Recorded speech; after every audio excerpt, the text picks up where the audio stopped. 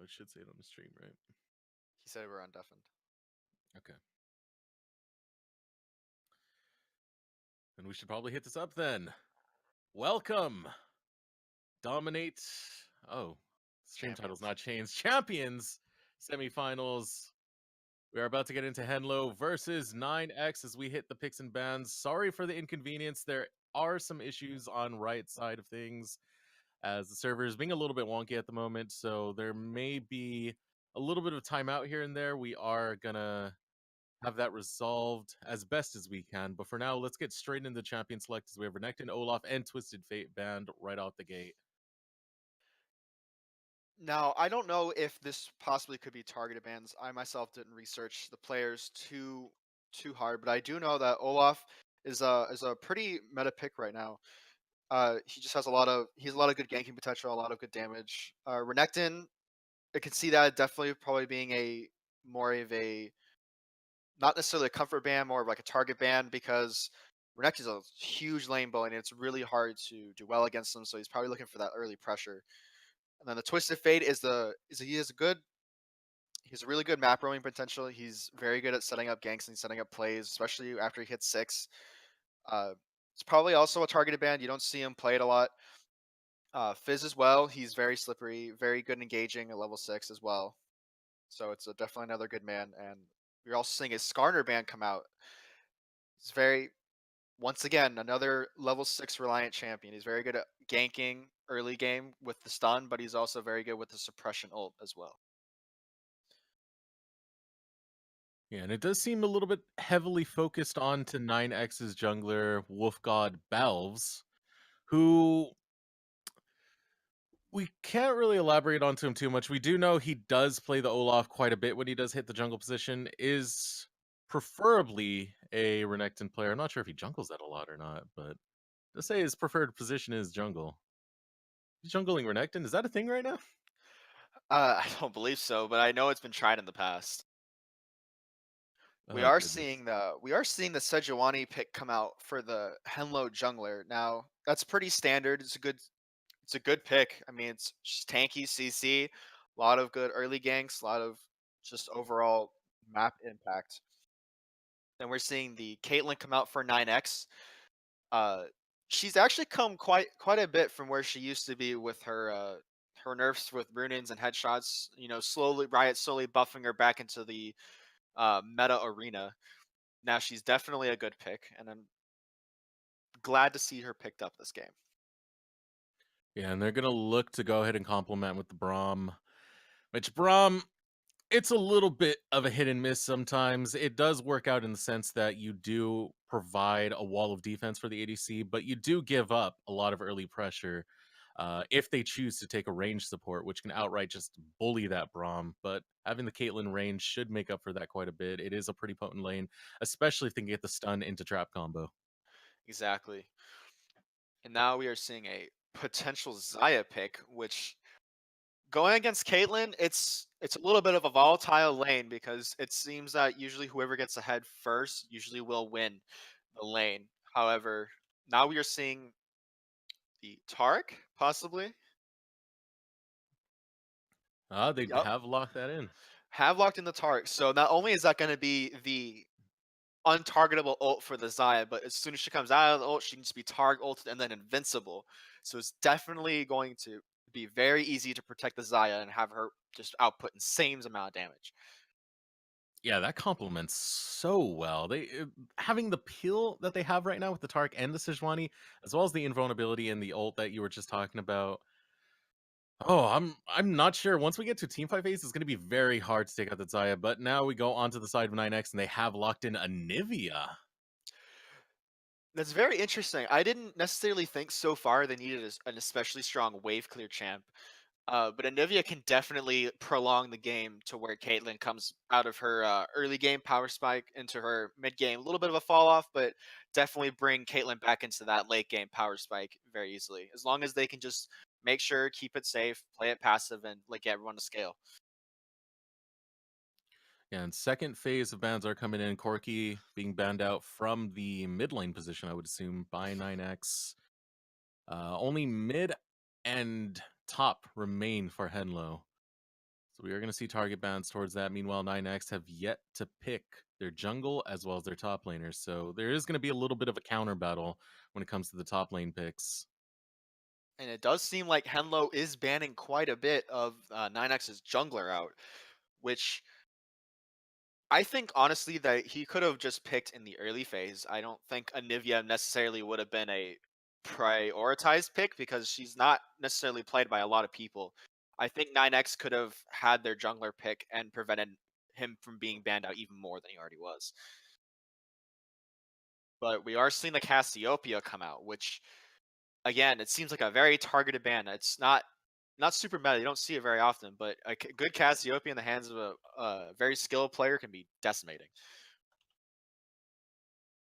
Yeah, and we do have the final ban coming out. It is going to be the Kled ban. A lot of top lane focus coming out from Henlo, as well as the jungle focus, but mostly mid for 9x. They're looking to try and choke out that champion pull for Henlo's mid laner and be able to try and just go against something that works well with an Anivia matchup.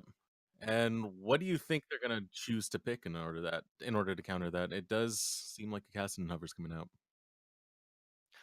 Caston definitely wouldn't be a bad pick here. He has a little bit of a just built-in magic resistance, and he also is an assassin with a lot of high mobility, so it's definitely be a good pick against Nivea, and they're gonna lock it in. Now that's very interesting because Caston has the ability to basically negate the Jarvan ultimate as well as anything Anivia can throw at him if he plays it well.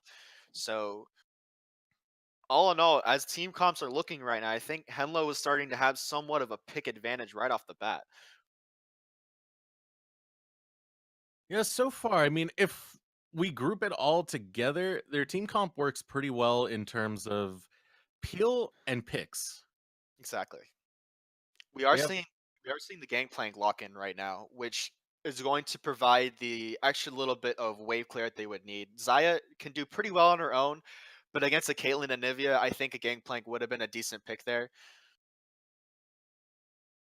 And he's going to pick straight into a Maokai, which is Ooh. that is a very very interesting pick. Top lane Yeah, wise, go ahead. the the way they've gone with it is pretty interesting. They do have a lot of lockdown, and this enables Anivia quite a bit, especially having the Cataclysm and forcing the stay into the Anivia. But overall, I feel like it doesn't have much of a win condition. It feels like you have to get the 5v5 and really work together as a team, whereas you have a more dynamic composition coming out of Enlo. Right. And 9x definitely, like you said, definitely has that kind of juicy wombo combo. You know, you get the Jarvan ult, you get the Braum ult, you get the Anivia ult. You know, throwing a Maokai into the mix, and then just Caitlyn sitting outside the two different sets of walls, just headshotting people, and that would really hurt. But on the flip side of things, I feel like Henlo has a little bit more of a clear win condition. They have to protect the Zaya. They have to get casted onto the carries. You know, Gangplank is a little bit of a wild card. He can really do whatever. He can be helping Zaya. He can be just doing Gangplank things, running around, smashing barrels. Uh, Whereas 9x kind of has to rely on a general team fight in order to make the plays that they want to get. Yeah, so based on this draft that we've seen so far, trying to keep out the fact that we do have a very dominant season for Henlo, based on just the draft, who do you see winning this and why? Um, well, going with what I said earlier, I feel like Henlo definitely has the advantage here because of the fact that they just have so much peel for their carries, and their carries are so they're hyper carries. I mean, you get Gangplank to the late game, you get Zaya to any point outside of lane phase, and she decimates people. Gangplank would one shot the carries. You know, Cassidy does the same thing, and he's highly mobile, so he can get out of anything that 9x can throw at them. I feel that 9x relies a little bit too much on their wombo combo to get things done. Yeah, and I don't know. Right now, it's a little bit tough to call it because if you do look at the composition drafted by Henlo, it does take a little bit of time before they get to that scaling phase where they can start doing the plays that you've described. Whereas 9x, they are a little bit more flexible in terms of that aspect. They can start really pumping out damage in the mid game, whereas the Gangplank does need quite a bit of time before he can get to that crit plank barrel, completely one shot your entire team type phase. Right. And I agree with that. I think in terms of scaling wise, I agree with you. But I still think that honestly, Hanlo does have the wave clear that they need to stall the game out a little bit if they need to. 9x, I just like I said, I feel like it relies a little bit too much on those large skirmishes or even 5v5 team fights to really make an impact. I think we're going to be seeing uh, a lot of focus around the bot lane this game more than anything. I feel that Gangplank and Maokai are just going to be left to duke it up on top. Possibly some plays made mid, but I feel like just looking at the Caitlyn, Braum, and the Jarvan, and looking at the Sejuani and the Taric, like I feel like a lot of things are going to happen around bot lane this game. Yeah, and I have to completely agree with you on that one. It's a very volatile lane for both of these teams, but getting into a little of the backstory behind these two teams, both of them are coming off 2-0 victories, looking to have a high morale boost coming into this match. But in terms of history, these teams have met once in the last meeting way early on. I believe it was about week 2 in the season. Henlo took it 2-1 on 9x. So Henlo does have a history of beating this team. Question is, have 9x actually learned from that defeat? Can they bring it back and look to try and take out the series? In terms of draft, it does favor Henlo a little bit, but you never know. The mid game could be strong enough for 9x to look and try and steal this one. And I feel like I've been talking a lot of boosting Henlo up, but on the side of 9x, I can say that uh personally I've played Anivia, played against her, seen her played, and man, when she gets to her late game power spike with like 2 or 3 items, she really starts to hurt at any point. You get hit by one of her abilities, and if you're a carry, it chunks you. And if you can, like you said, if you can keep those, if you keep everybody inside of that cataclysm with the Anivia ult on top of it, that's just gonna be so much sustained damage. You're gonna force flashes or you're gonna kill somebody. Yeah, but that's where the cosmic radiance is very, very critical. If timed well, you can completely negate that entire uh, window of opportunity that can be presented through the cataclysm. Right. And yeah, that's why I'm like that's another reason why I'm starting with Henlo is because you rely on this wombo combo of 9x to be able to win a team fight, but then you have the Taric who's just like, you know what, screw that wombo combo. I'm shutting it down right here, right now. Like once that cataclysm is over, Anivia and Caitlyn really have to play it smart and put out the damage. And while 9x does have the insane amount of peel of Maokai and Braum, you have just the Jarvan and possibly a Caitlyn to get onto Xayah. Xayah is going to be sitting at the very back. She's going to have a Taric right next to her. She's going to have a Sejuani right next to her as well. And you're going to have to somehow kill her, especially through the Tarical and especially through that strong front line. Like I don't see a legitimate way for 9x to win outside of getting really good picks from Henlo just not responding to things well or not grouping. No, no, I do see them winning, but it has to be through early to mid game plays. They have to use their macro beautifully. They have to be able to out rotate and just accumulate global gold and play to their objective, play as a team. Whereas Henlo has much more flexibility in that aspect. So I don't want to say 9x is completely out just based on draft, but if they could really work on their macro, they can win it. And they Right. have to win it early. Right. And I'm not saying that picks are everything. It's always about the player skill and the player knowledge. So there's definitely a chance, but just picks alone, I mean, Henlo has an advantage. Never know. We could get to like 55 minutes into the game and 9x are just absolutely dominating in team fights alone. I don't know. I mean, 55 minutes in, if you're dominating in team fights, the game should have been over. But I mean, overall, I'm very interested to see how this game goes. You don't see a lot of Kassadin anymore. You don't really see a lot of Anivia too often anymore either. Uh, it's definitely going to be an interesting mid lane. I'm excited to see how that plays out. Yeah, most definitely. I do. Well, of course, early it's in the Anivia favor as long as Anivia can keep the distance and punish any possible advances that Doxa might go for. Right. But once we start hitting that level 6, that's where Kassadin just gets obnoxious, constantly jumping all around the area, making skill shots impossible to land. Right. And on the flip side of that, I feel like Anivia is a pretty safe pick as well. I mean, we all know that she has insane wave clear. Even if she doesn't have any damage items, she just pops roll on the wave and it clears it entirely. So honestly, she just has to stay under towers. Just has to farm it up, get to her power spikes, get her items. Ticking time bomb. Can Henlo defuse it? We're going to find out soon enough. But we are getting into the load screen where we'll be able to check out the keystones picked up by these players. And what do you anticipate? Anything fancy, feisty coming out?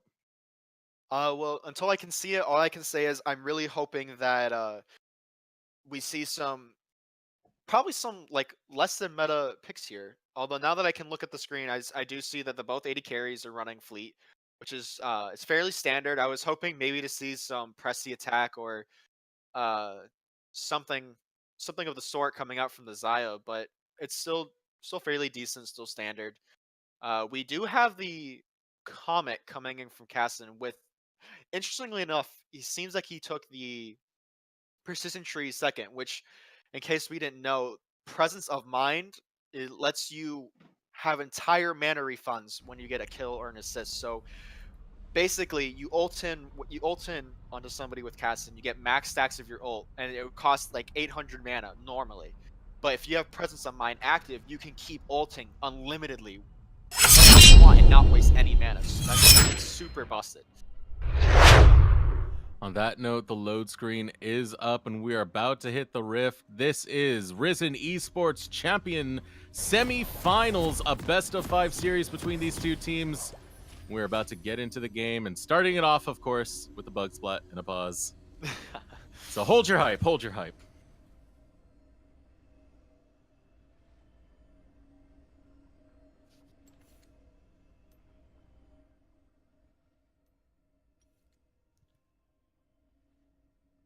Yeah, there was no surprise there. It wouldn't be a Risen game without a pause. Right. Personally, I'm still stuck on the loading screen, so probably could just be because they paused, but we might have a little bit of technical difficulties here otherwise. Yeah, it was reported to be a bug splat, so we should be able to just reload the client and come back in. Right. Other than that, we don't got really much to analyze off of. We did got the Dorn's Blade picked up by Luca. The unpause is coming in. The reconnect is here. So now we can get into the rift. Henlo versus 9X.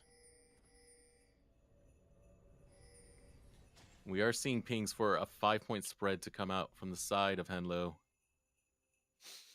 It's fairly standard. It looks like all of 9X is going for invade, even the top laners, so it's going to be interesting to see what path they take. They're going to be going to the bot side. Ooh. Spotted out immediately by that ward. And this is the thing, an invade doesn't need to get a kill to be successful. If you can establish vision and start checking out where that jungle pathing is going, that's already a successful invade. Getting that kind of information. But unfortunately for them, they were thwarted quite early, so they didn't really get much out of doing that. Yes. They did get a ward into the river, but I don't necessarily think Sejuani will be coming into that river anytime in the early game. Her clear onto Raptors and Krugs is far less optimal than going for level 3 clear across buff to buff, so might have been a waste of a ward in my opinion. But starting items wise, everything is fairly standard. We do see the corrupting potion on Gangplank and a stopwatch as well. And we do see a Dark Seal on Cassin, which means he's going to be playing fairly aggressive. He knows that he has the early advantage in this lane. He's going to be trying to press it. Absolutely. And another thing to point out, both mid laners opting in to take that teleport.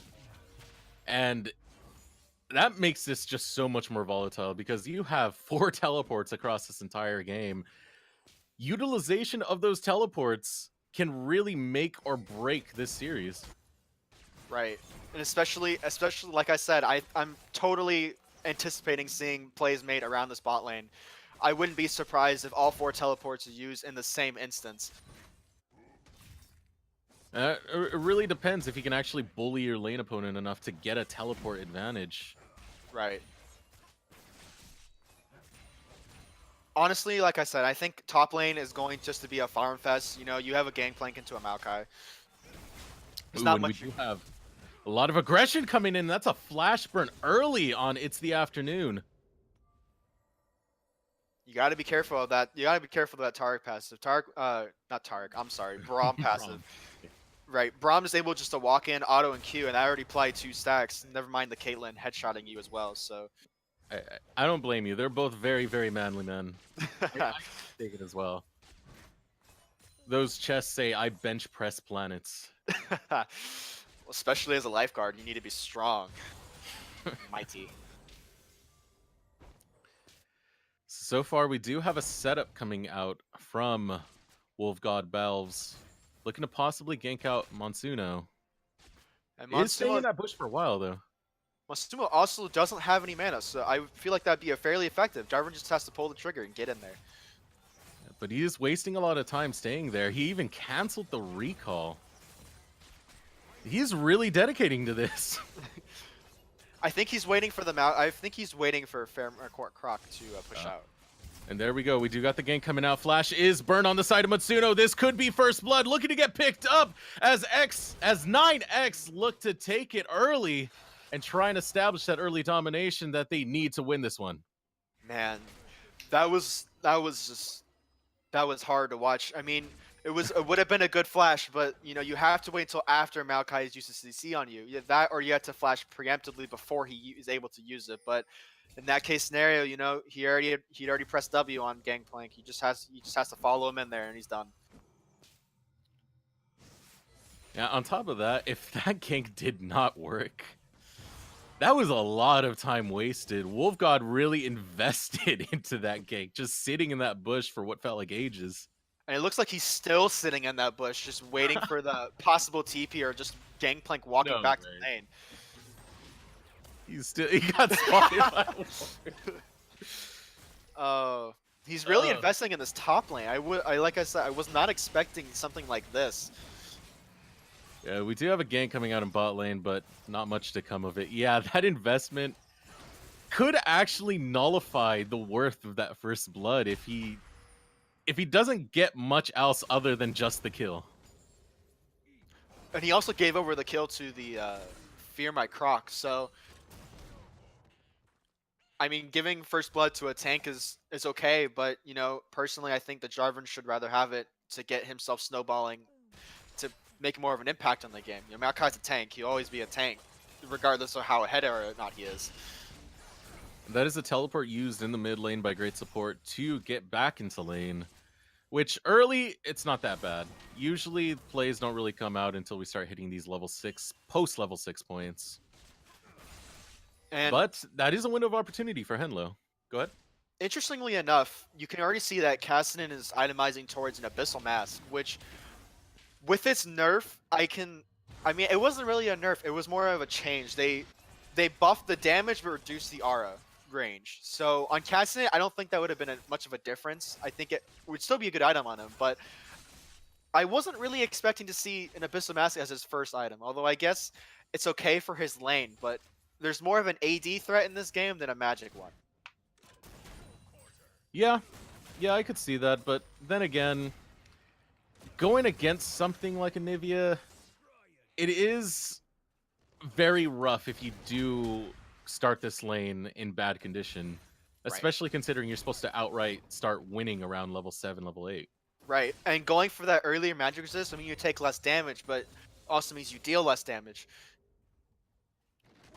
And I'm not saying Abyssal Mask wouldn't have been an item he shouldn't have bought, but I'm saying that maybe it shouldn't be an item he's rushing. I think that he needs to be able to stomp this lane in order to prevent great support from being able to make an impact in the mid game. And with the build that he's currently going, it's going to be a little bit harder to do so. I think especially with the teleport burn, we should see more focus to come out of Arcvale in the mid lane and try and force that back, really start choking out the CS and try and get advantage out of that. But we do have a fight breaking out. Doxa not playing it as best as he could as he walks right into the stun. Now in Cassidy, what you need to do when you're playing against an Anivia is save your Q to interrupt the Anivia ult channel. Because once you do that, she doesn't have a sustained store of damage, and the only thing she can hit you with is her Q. But he does follow. And we do have a Dragon Call coming out on the side of 9X. That is a Mountain Drake. Early on, Mountain Drake, one of the more effective Drakes, as getting objectives, starting to stack up that gold. Really does help out quite a bit. But a little bit of disruption coming out from the side of Henlo as they chase away 9X, stopping them from committing to it. It's a good flash from It's the Afternoon. If he had gotten caught by the Anivia Q, he definitely would have at least gotten chunked down, maybe have gotten killed. Yeah, It's the Afternoon has not had his flash up whatsoever this entire game. Well, if you think about it, that's a good thing in the terms of getting the most value out of it. You're not letting it have time on cooldown. And now we do have a possible catch out. The Q is going to miss, so that's still working out decently for Arcvale.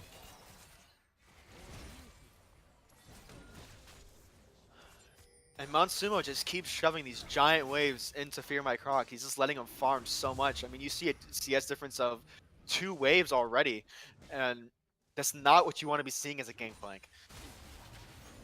Yeah, it's going to take a while before he can really take on Fear My Croc, though. So he's trying to get as much farm as possible before getting outright bullied. But I don't know, it's a very give and take type situation. Right. It doesn't necessarily mean that like the way at the waves keep getting set up is that Fear My Croc is not pushing as much as Monsumo is. Monsumo wants to get those Q executes for his Silver Serpents, but in order to do so, he's slightly pushing the wave every time he does it. So it ends up being these gigantic waves that come into Fear My Croc. Meanwhile, Monsumo is not being able to even get all the waves. So on that note, Doxa almost has his teleport back up. He did use it earlier to get back into lane as well. It will be a window of opportunity for Henlo, as they will have a teleport advantage for a brief moment. Great support soon to follow on the cooldown. Now it looks like Wolfgod Battles is sitting in this control warded bush, waiting for possibly the enemy bot lane to try to roam up for an engage, but I don't think that's going to happen because of how low It's the Afternoon is. I don't think they'll want to be playing aggressively, but like I said, look at it's already a 4-man in the bot lane. They're just waiting for the right opportunity. Yeah, but being scouted out like that isn't going to do them any favors. They are going to attempt to set up another dragon, but there is a vision ward right there. Control ward, that's the word I was looking for. Yes. Able to spot that out and give information about that dragon attempt. But meanwhile, in the top lane, Fear My Croc looking to chase down Monsuno. Monsuno looking to bring it back. Takes a lot of damage, delivers a lot of it back. But down goes the Drake, and the teamfight's going to break out as the Cataclysm going on to It's Afternoon.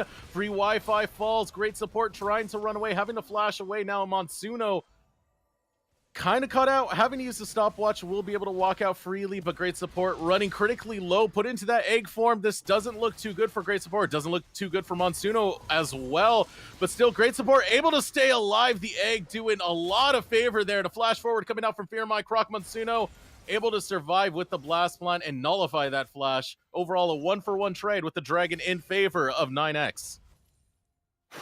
Wow, what a fight. I mean, we saw exactly something along the lines of what we predicted. We saw the Cataclysm, we saw the Anivia ult come out, but then we also saw the Taric, and he just the thing that went wrong in that fight for 9X, and the reason that they couldn't kill more of them is because the Cataclysm really only caught Taric in it from what I saw. People might have flashed out, but really Taric was the only one sitting in it. And even though he was sitting in there, he still got the ult off on almost all of his team. And that really just turned it around. Like, they didn't lose as many members as they could have. Yeah, overall, it was a very close exchange, and it felt like there was just so many little mistakes going off there. I definitely don't agree with Wolfgod going for the Taric. And it didn't burn any flashes, by the way. It was strictly on the Taric. Yeah, and I mean, it could have just been like movement predictions, and it could have just been players, but honestly, like, for their team to work in those team fights, they really need to get at least 2 or 3 people into that Cataclysm to get that wombo combo off. Like, they almost did it perfectly. They just couldn't grab the people. So now we do have an invade coming out, looking to grab the blue buff that Wolfgod is trying to do. It will result in a collapse, though, as all the members of 9X on the bot side available, looking to pick up some revenge, but a flash forward to come out of Arcvale. Still, it won't be enough, or will it, as Doxa shows up and takes out Luca. Cataclysm goes off, slaying Sanji. Now the numbers look to be in favor of Henlo as they gang up on Wolfgod. Wolfgod's gonna drop to Doxa. Great support in the crosshairs next, but the Glacial Fisher able to play disruption and keep his mid laner alive. Wow. I mean, oh, wow, that was just amazing to watch. I mean, Luca, they actually turned on Luca. Luca was like walking in front of the front line, and just it was just amazing on wow, it was just amazing on the other team to be able to catch that out and understand that Luca is getting so far out of position that they capitalize on it and then turn the fight around. And then Sanji had to ult to get away from the Jarvan, but ulted at the wrong time because the Cataclysm wasn't even used until after the ult was finished, which was great on the part of Wolfgod Bobs. I mean, he ulted is precisely what he needed to make sure Xayah could never get away.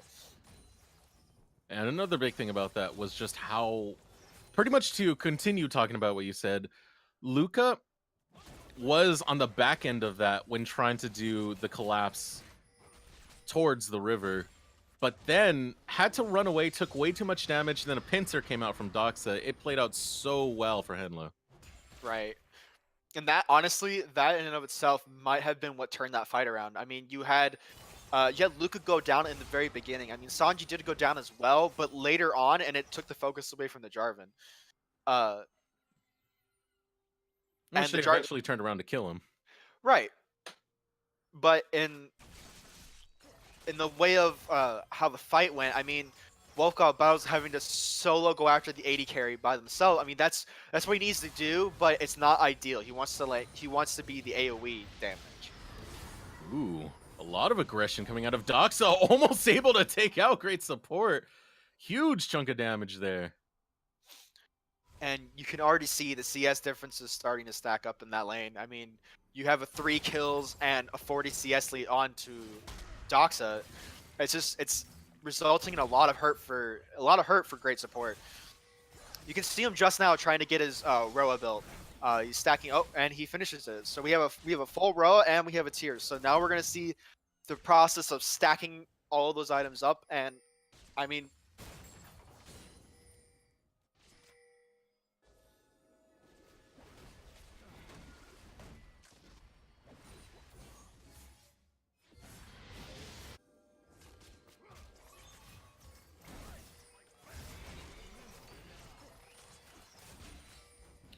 And we are back. A little bit of Discord issues resolved. But yeah, the build that we're seeing from Great Support is a very potent build, but it does take a while to scale to that moment where you can start doing that disgusting damage that Nivea is known for. oh, Doxa getting stuck in that wall. Ooh. Oh. But it looks like Arcvale now is going to be clearing his bot side jungle, while 9X seems to have back, so there's not going to be anything happening jungle-wise on the bottom of the map. We are getting a little bit of a skirmish breaking out, but probably not going to lead to much. Just a fight over the Scuttle Crab as the next dragon soon to spawn, and that is another Mountain Drake, which would be very, very crucial for 9X, especially stacking those early. Right. And we still don't see any vision whatsoever from either side on the Rift Trail. I mean, we have some vision in the river from blue side, but we don't have any hard vision on the Rift Trail. 9X could easily use the Blast Canova and just sneak that out. Would be a little bit tricky, as it would most likely only be Wolf God going for it, as both the top and bottom sides of it are warded. Right. I suppose he can get the Twisted Advance if you pull it next to the wall. Yes. It's really easy to solo this new Rift Trail nowadays. You just have to make sure to hit its eye whenever it pops up, and it's good. So right now there is a lot of focus on this dragon side, and great vision control to come out of Henlo as they just keep back and forth bullying out 9X from getting vision on their side of the jungle, and just really making sure that they don't try and go for this sneak once again, as they know when it comes to it in the mid game, Mountain Drake does work. It can result in those sneaky barons, and when you're stacking them up early, it can really, really turn around an entire game depending on what they end up picking up from it. It's arguably the best Drake. I mean, I think the only thing that can really contend with it is Infernal.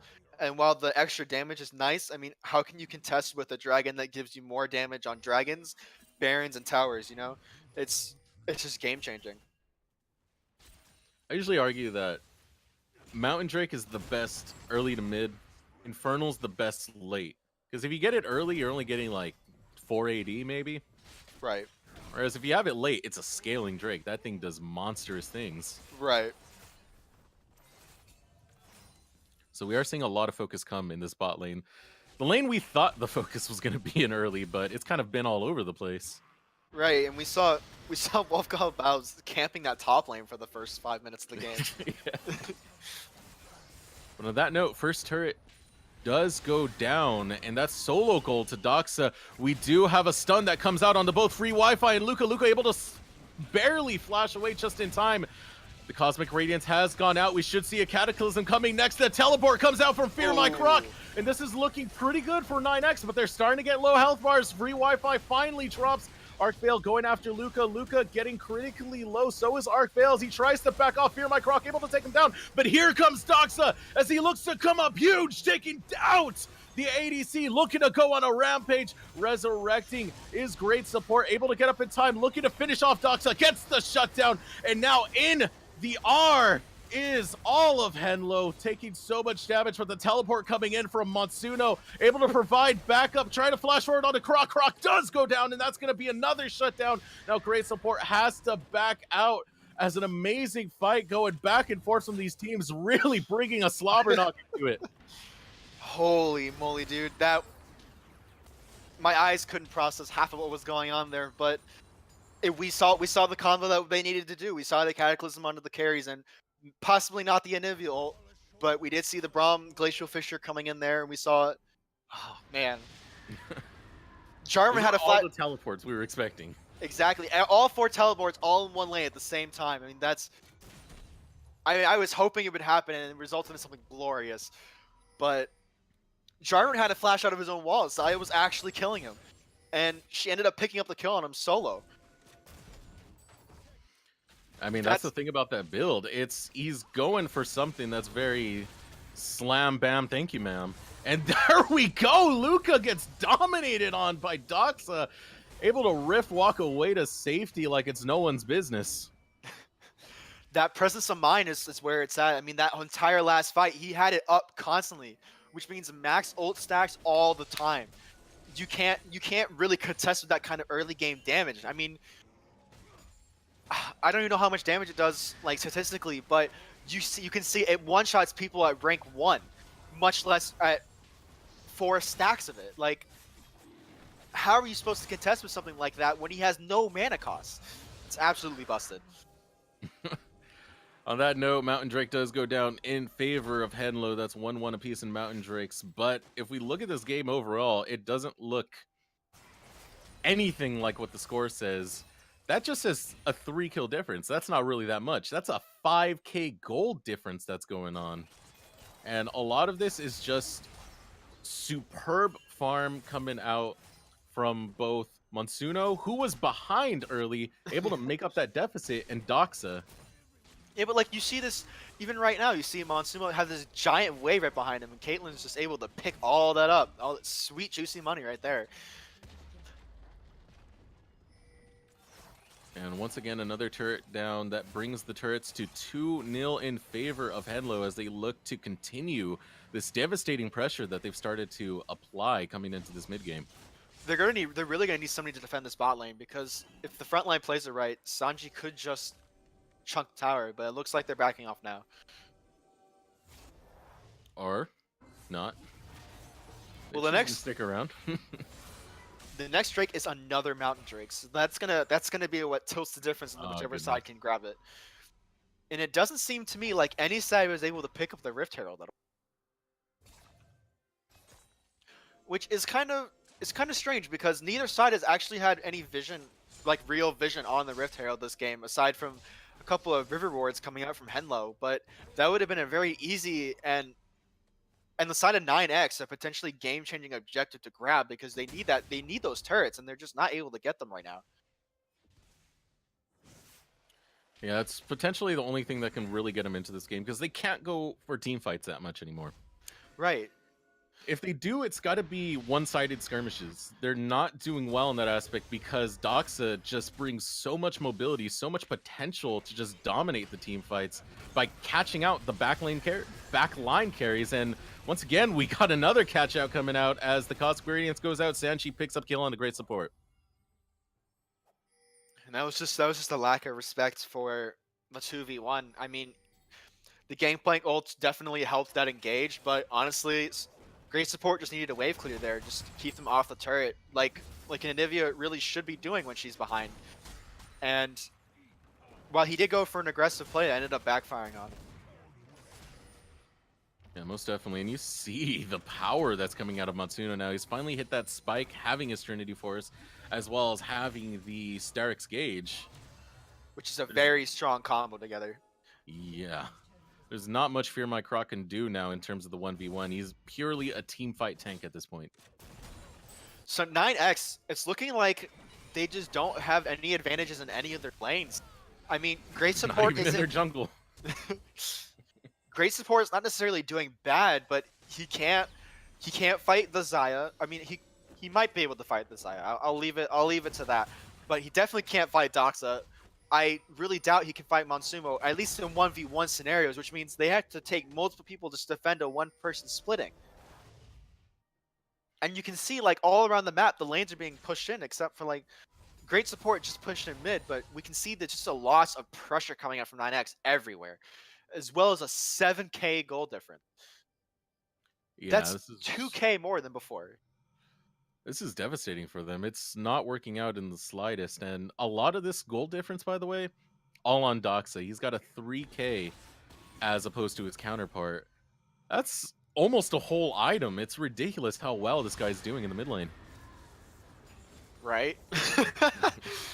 For a pick we don't see that often, it's working surprisingly well. But honestly, this game's not looking too good at all. I mean, you just have Doxa's able to get out of any tricky situation he gets into. Cataclysm, ult out. You know, you get a Maokai onto him, ult out. You get stunned, goodbye. You know.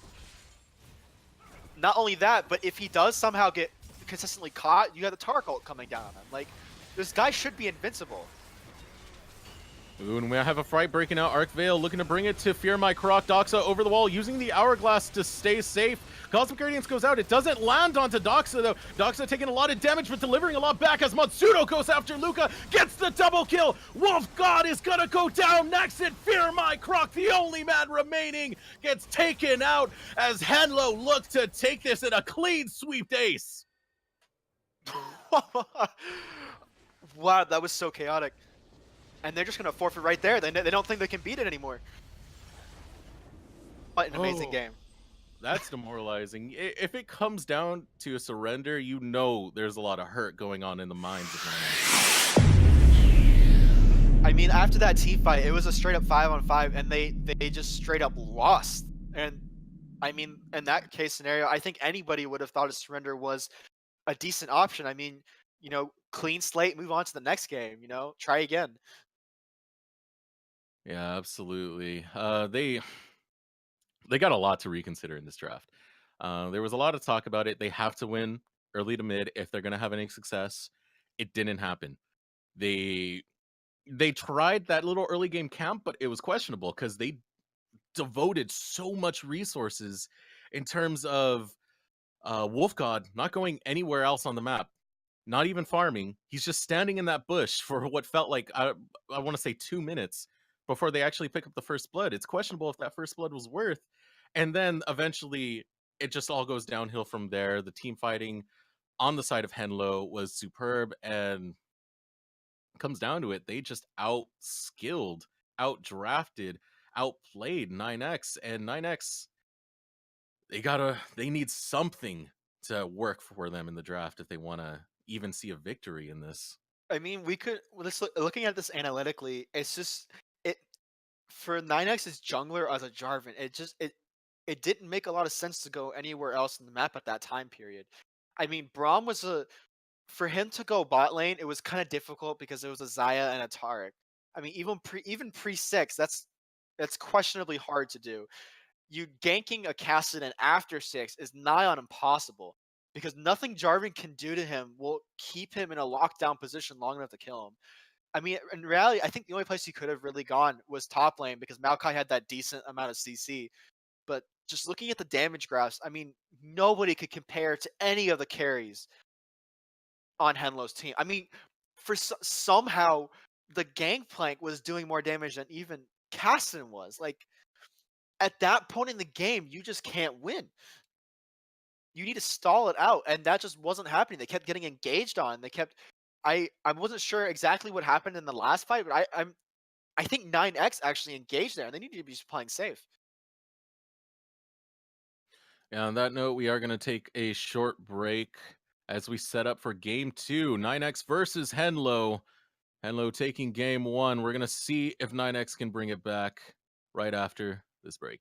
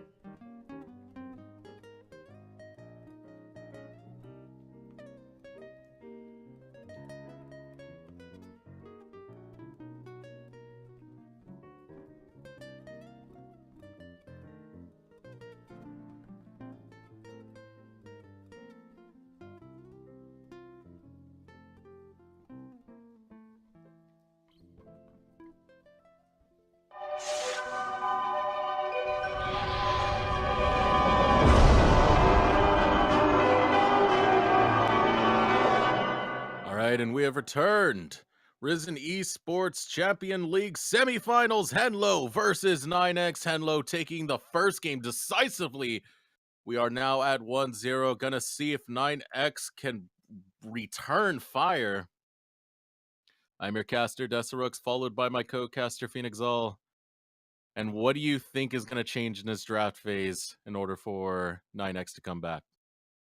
Well, for starters, I'm really expecting a Kassadin ban. If that doesn't happen, I am afraid for 9X. Although it does look like they're going to keep up with the same mid bans that they had last game with the Twist of Fate and the Fizz. I mean, I don't think Cassidy is too terrifying if you could actually outright counter it. If you're not looking to go for the counter, if you're going to let him take it early, I mean, if you're going to let him take it late, I mean, You're gonna have to then you're gonna have to you're put going to your have a eggs. problem. Yeah, you're gonna have to put your eggs in a basket somewhere. And if you're gonna let them have the Kassadin, then you need to make sure you get a good picks. You need to get a strong lane or a jungler camping a strong lane or something else somewhere on the map because you can't let them take that game like you did last time. And we do have more bans coming out. A Zac ban. I believe we didn't see that in the first game. No, we did not. No. We do see the Zaya picked away from the Rakan combo though. Yeah, Zaya Rakan, a little bit of an obnoxious thing. The only thing that irritates me about that comp is not even the synergy they have. It's just the recalls. It drives me nuts. What, you two alone to understand people in love? Just being able to walk back and take a freaking 1 to 2 second recall because Rakan was already recalling. That is ridiculous, man. Hey man, that's why you can't let them be together. But we do see Zaya and we do see the Olaf coming in from Henlo. I believe that 9X bans that out last time. I could be mistaken, or maybe Henlo banned that from 9X. I don't remember precisely. But we do see him picked in the jungle, as well as Zaya, and then we see the bot lane from 9X already just being prioritized coming out. I'm not so sure about the Caitlyn into the Zaya. I mean, that seemed to be a kind of even lane, but I feel like they need a lane that can win. Yeah, I don't know how I feel about it either. I do like the Tarek pick on the side of Henlo, working with the Zaya. However, Rakan's an overall good support. I'm not feeling the Caitlyn pick. With the way the positioning came out from Luca, I don't think it's a champion that really works well with his playstyle. I feel like there has to be something else he can go with. And they are hovering the Casa, and I wouldn't be surprised if they locked that in. That seemed to have a huge impact in the game last time. I mean, we saw him solo dive both of their carries and murder them just flat out in team fights. Oh yeah, it's gone. They're not letting Doxa take that again. As well as the Anivia. That's wow. I didn't feel No, like the Anivia was particularly strong that game. I could be wrong. it could come down to comfort. On the side of Henlo, mid laner, great support, was it? Yes, great support. Yeah, it's one of his more comfortable champions. He has played it in 57% of his ranked games with a 3.22. I'm sorry, 50% win rate in his ranked games with a 3.22 KDA. Not So bad at all. it is a Yeah. comfortable pick for him. So even if it's not something that's effective, if you can take away that comfort and put him on something that just makes him feel like he's in an awkward spot where he doesn't really know it as well, yeah, that could be pretty much the reason. And I think 9X have identified Henlo's mid laner as being the carry because that's the only bans you see coming out from the entire ban phase is just mid. Oh, And wow. that that Orin pickup, I'm really interested in how that's gonna go. Honestly, unless he gets a lot of early armor, he's gonna really struggle against that Gnar poke. That's that's not gonna be fun. Yeah, but it is a trade-off where Ornn usually doesn't have the best laning phase depending on the matchup. Of course, this one definitely doesn't favor him, but it's all about that team fight phase and constantly having that ult off cooldown to use and abuse at will. Right. We do see the Zillion coming in for 9x just to prevent, I guess, himself from dying in mid lane. I From what I see from 9x's mid laner is that uh he has a Nivea and he has Zillion. He's just going for those giant wave clear champs. And yeah, great support's kind of throwing me off here. I I didn't don't know about that Azir pick. It's definitely not bad. They did need a ranged hyper carry as along with a Zaya, because if you look at, I mean, Olaf does damage. He is a bruiser, but like you have Tarek and Orin who are more just like peel supports, so you kind of really need somebody else in that back line to help you dish out. Oh, I mixed up my dudes. Okay. Yeah. Doxa on Azir, perfectly fine. Great support. That's actually his most played champion. So Is Zillion? yeah, Wow. they took him off comfort and put him onto a Tempur-Pedic mattress. So not sponsored, It's good but for it's good for his back. He needs to carry, right? yeah. But if they want to sponsor us, we could use some free mattresses. Oh yeah, totally. Get some money too. I just want the mattress. I'm tired of my stiff bed Are you that with poor? all the carries I have to do in my games. Yikes. Dox is probably going to need one soon. He put the entire team on his back for the first half of that game. I could argue the rest of that game too. I mean, Gangplank ended up out damaging him, but I mean, without Doxa killing the backline in the first half of that game, all game, like I don't think they would have nearly had the same result. I'm interested to see how a Zillion fares against an Azir. It's not. I don't think I've ever actually seen that matchup in any of my games, or even in pro play necessarily. Just like in a full AP Zillion against an Azir, like I, I don't know. I don't know what to say about it. It's I don't know what much to say about it too, but based on play, I actually want to give this one a great support a little bit. Even though Doxa looked amazing and might just pull off the same stuff once again. Great support. As I said, it is his most comfortable pick. He has got a monster 6.6 KDA on that champion. on Zillion. Yeah. Well, that's because he never dies. So of course he has that kind of KDA. When you have an ult that gets to late game and it's like on a 20-second cooldown that stops people from dying, like I mean, come on. When would you die at that point? But I Just agreed. I don't know, man. I don't know. Well, like from what I know, you take Ultimate Hat on Zillion, you get to rank 3, 40% like 40% CDR with Ultimate Hat. After that, it's like on a 20-second cooldown and you're full AP. So you actually revive people with almost full health every 20 seconds. That's like you could almost get two of those in the same team fight per se. It's so broken, but it's such an underplayed champ that nobody really realizes that potential. He's going to bring out the potential right here. He does have a comp that does give it quite a bit of room in terms of the Rakan is really good for setting up the double bomb. So is the Volibear. So is the Gnar. Oh yeah. I You don't see much of a team fight reliant comp on 9x this time around. Uh I mean, you do have a good synergy with Gnar and Rakan, but they don't need to be working together all the time to make a play happen. You can very easily just have a Zillion and a Rakan, or a Volibear and a Rakan, or I mean, Caitlyn has to be in there somewhere, of course, but you don't need to necessarily need to see like a 3-person wombo combo to be able to win a team fight anymore. I mean, in all reality, this honestly just kind of looks like a comfort thing. Looks like they're just going straight solo queue, be comfortable, win through just having champs that you're familiar with, rather than Henlo, who do this very team-oriented style. I mean, that's not necessarily a bad thing. I mean, I think having champs that you know how to play well makes you fare better, way better than champs that you may not know as well, but technically in pro play work better. Because the pros, like, they've played all of these champions a huge amount. Like, they know how they work in and out and multiple. But like, we can't expect just. I mean, these are diamonds, of course, but you can't expect everyone to be quite as familiar with the meta champs that they are with their favorite champs. And if what you needed to do to win your series is to pick your comfort picks, then by all means have at it.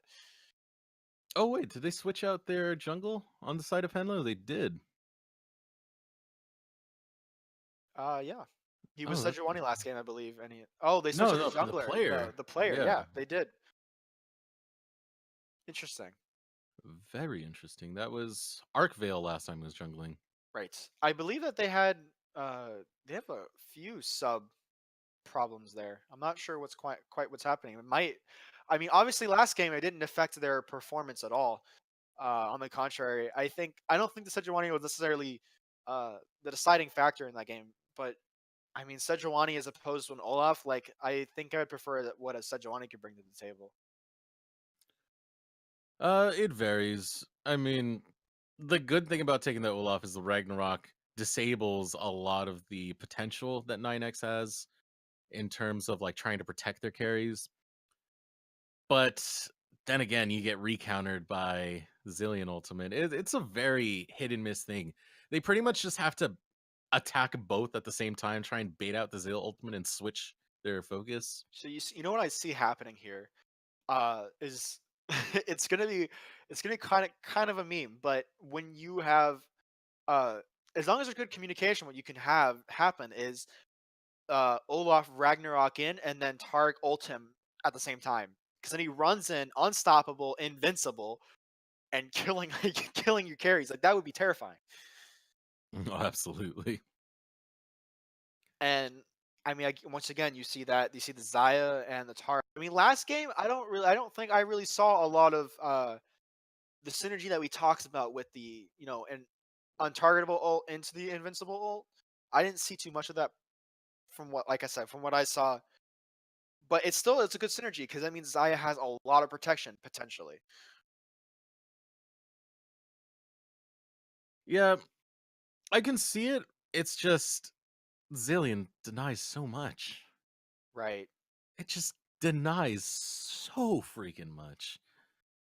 I think my That's the hardest part about this composition to play against.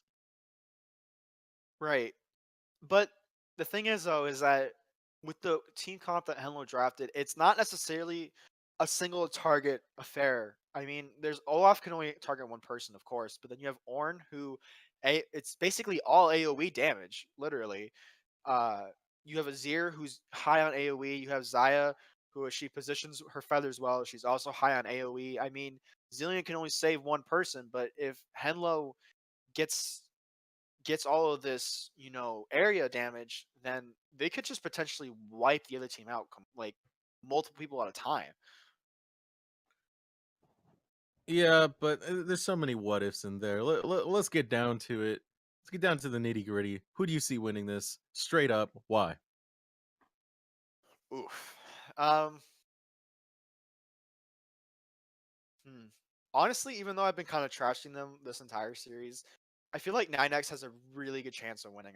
I would support them. Like you said, I think the Zillion, if they play this smart, uh, they can keep their carries safe. I mean, I know Zillion himself, like he has a lot of self peel and like he helps his teammates a lot just with like the speed ups and the slowdowns and the stuns and the ult. Like he's basically a support. And when you put him full AP, he does that to a greater extent. Uh, Meanwhile, Henlo, they have a really good team comp. I just don't see they just don't have a lot of innate peel. I mean, Azir has his ult and Tark has his ult, but other than that, you don't see a lot of you don't see a lot of peel there. So I in would the argue that a little bit though, because the stun, the ult that you were talking about from Tarek, and right, not just that though, you got the Ornal and the Azir ult. Those are very right. good payload tools. Well, if you think about it, like the time the Ornal is going to be used for engages, uh, and And the used three Tark times in a team fight. and the Tark ult, I mean, that is a good point. Uh, the only thing 9x has to do is bait it out or play around it, like back off when it's. I mean, that's the thing that everyone says, and it never happens. Just back off when it's active and go back in when it's not. But it's not necessarily up to you to decide that. So I don't know. I still think, in my personal opinion, 9x will pull this lead. Well, we will see as we hit the rift with 9X versus Henlo, and right out the gates, we see Henlo going for that invade. They are going to spot out Wolf God, which could be critical information in terms of knowing where he's starting. They are going to know he's going to start on that red buff. Does appear they're going to go double bot side jungles Oh, starts. I would love to see this, but currently I'm stuck on the loading screen. Yeah, nothing too crazy. We had another invade attempt. Here we are. Okay, we're gonna see the Doran's blade come in Gnar, which, you know, that's fairly standard. I would have expected a Doran's blade over a Doran's shield just because Gnar has that harass, that, you know, just a little bit more oomph with that attack damage. What's interesting Either though way, is I think it you works out see, for him. yeah, and either one is fine. You know, as long as he does well in lane, it's more a player skill, honestly. But what's interesting to note is that the Zillion has taken minion dematerializer Huh. in the inspiration tree. Huh. You I know, don't know how I feel about that. personally, I don't know too much about how Zillion mid works, but I doubt that's necessarily a meta mastery to pick. But what do I know? Yeah, I mean, it is his pocket pick. It's his most comfortable thing. I'm just gonna assume this guy knows what he's doing. I hope so. Now this game, I'm expecting more play around the mid lane than there was last game, but I'm still gonna stick with what I said last game, is that there's gonna be a lot of bot play happening. You do see a double TP on the side of I believe it's Henlo. No, but I'm sorry, 9X. You see double TP on 9X's side, and you see a heal on the Azir's. So you're not gonna see a quadruple TP play this time. But I mean, you can already see that the Caitlyn's harassing the Xayah. Yeah, and then we see a little bit of over-aggression coming out of free Wi-Fi, who gets ignited, forced the flash out of him. Huge misstep to come out of free Wi-Fi.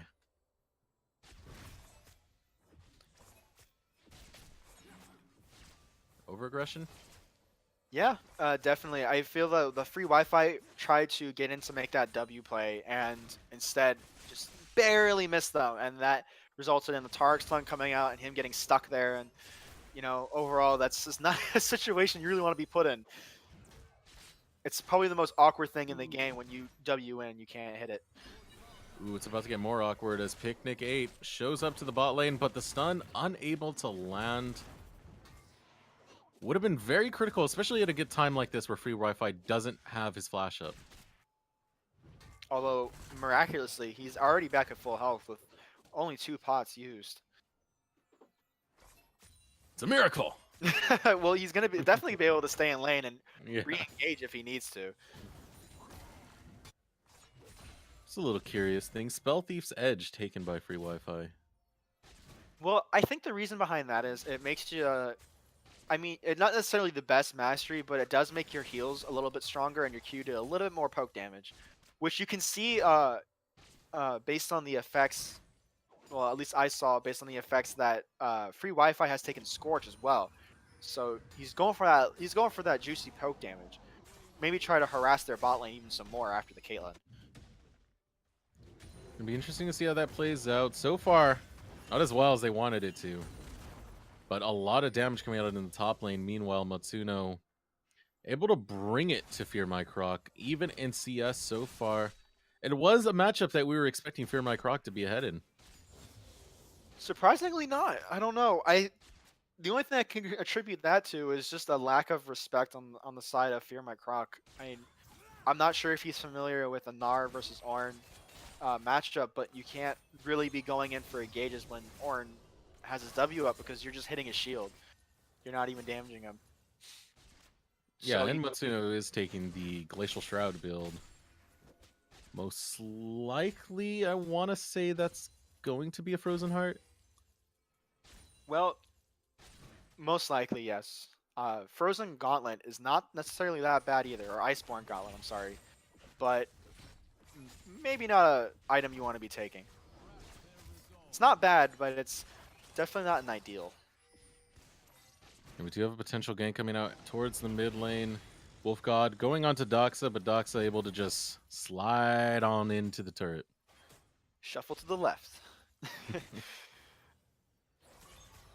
Now, we can note that Wolfgod Battles, on his top side of his jungle is up, and currently he has to either farm that or gank that side of the map. So right now, it doesn't look like he can do much because Azir is practically impossible to gank unless you can get him CC beforehand, and Fear My Croc is pushing in to Monsuno here.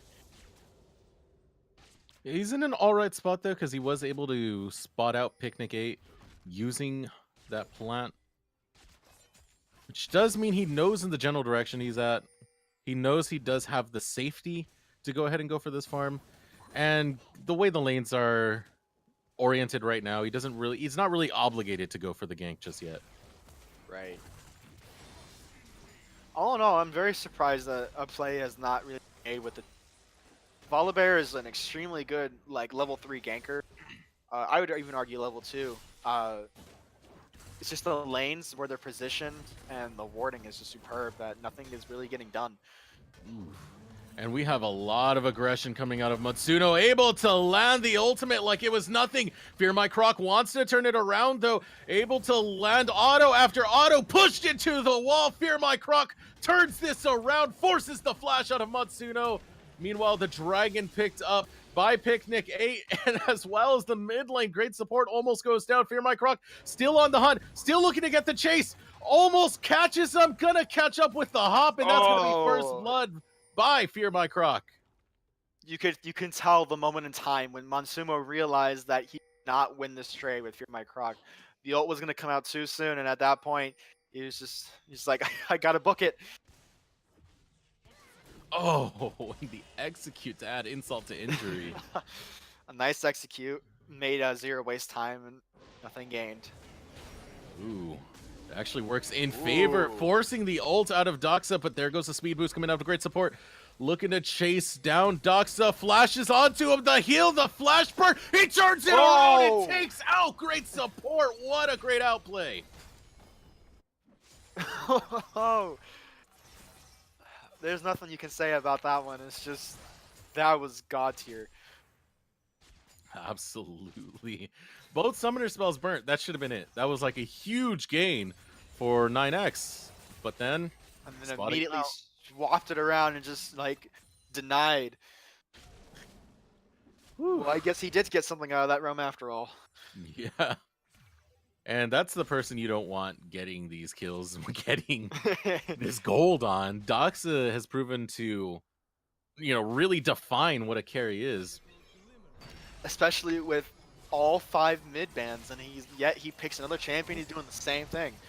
Oh, free Wi-Fi once again, getting a little too aggressive, gets taken out by Sanji, and over aggression. Now, how did he die? He was ignited, was gonna die anyway, so he dashed forward. And then but see, here's the thing though, he would have just died to ignite rather than to the Xayah.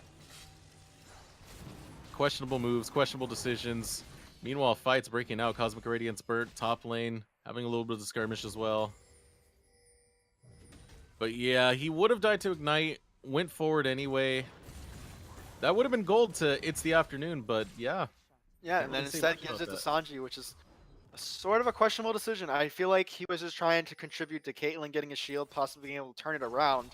However, in that scenario, I don't really see a way that could have happened. So must have just been a misplay. You can see that Zillion has already built a tier. Is he doing the same build from Anithia? Okay. Yeah. I would not be surprised. It looks like he is building into a catalyst, so. I like the build, but I don't like it against this team, because Henlo's really good at just exploiting in the mid game and being able to outplay. That's not the build that's gonna really deal with that. It's a it's a scaling build. It works, but it takes a while before it works. We see an Olaf as Wasted Predator try to get a kill onto, or at least an engage onto Gnar. However, the jump is just so easy to dodge. And here we go with the dive coming out, stun onto Wolf God. It's the afternoon, looking to apply pressure. We do have a roam coming from great support, looking to back up his team from potentially a misplay. Not really getting much out of it. The dive, very sloppily executed. And this game, we do see the Rift Herald finally being taken slowly, but he definitely can solo it by himself. You just need, and we can see they have good establishment of vision. They have vision in the jungle and in both sides of the river, and Oh there's my no goodness. vision in the Rift Herald pit, so it's just gonna be free. And we do have a fight breaking out, though. Doxa is going to be caught out after going a little too aggressive. Wolf God picks up that one onto Doxa. And the Rift Herald as well picked up, this time on the side of Henlo. Going to be interesting to see how they play out that Rift Herald pop. Every single tower is basically at full health, and there's no real clear advantage as to what lane he could be going to use this in. Doxa does have a slight CS lead, does have a kill. He doesn't quite have a finished item yet, but it looks like bot lane is going back to lane, so it's... I don't think the Rift Herald is going to be used anytime soon, but it definitely... my guess would be he would drop it in mid. That makes the most sense, because even though Great Support does have the good wave clear, Azir also has extremely good wave clear, and they could just try to force it onto the turret. Okay, I'm going to argue bot. And not because he was just ganking right now, but because that tower is really low, which can bait out a lot in terms of getting the members of 9X to overcommit to it. But here comes an overcommittal on the side of Henlo as Luca able to pick up Picnic. Down goes the jungler, and that's going to be the first tower taken out as all 5 members of 9X focus down on this turret. And there was the double TP. Just Ooh. Oh, there goes a great stun coming out from Monsuno. There's 5 members, but they're all getting critically low as Doxa is able to come over. There's a huge ultimate coming out from Doxa, and over death only for 9X as they lose everyone in one fell sweep thanks to Doxa. Oh, man.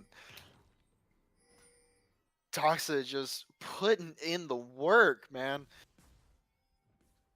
I don't even know what to say.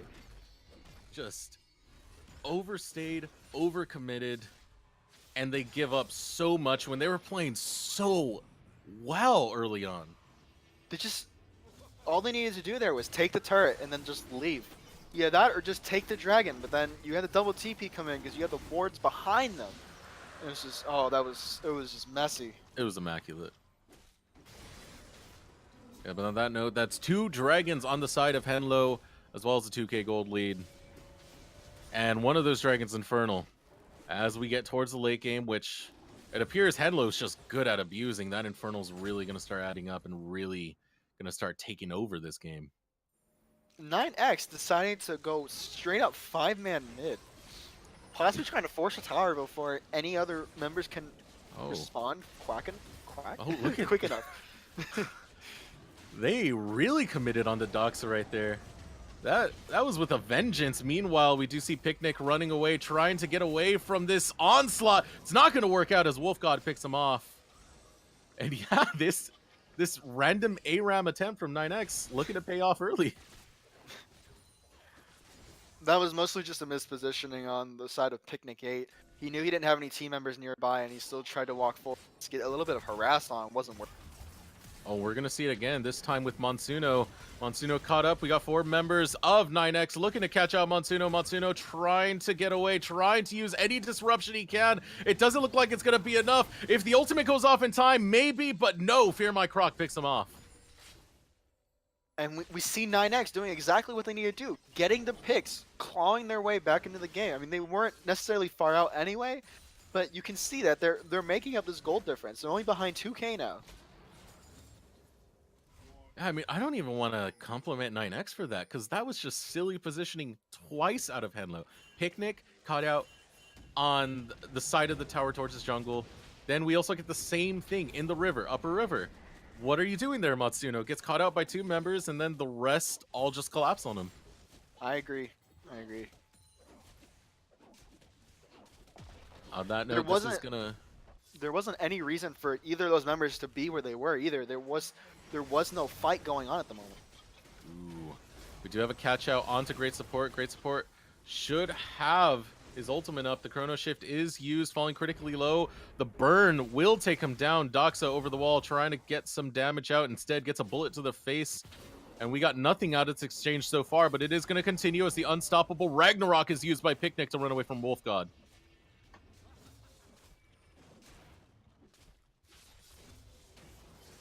It was a good use of his ult. I think he might have been able to get out by himself, but just to be safe, just to make sure he doesn't get caught out anymore, just gonna speed himself all out there. He also used his Predator at the same time, which is important to note.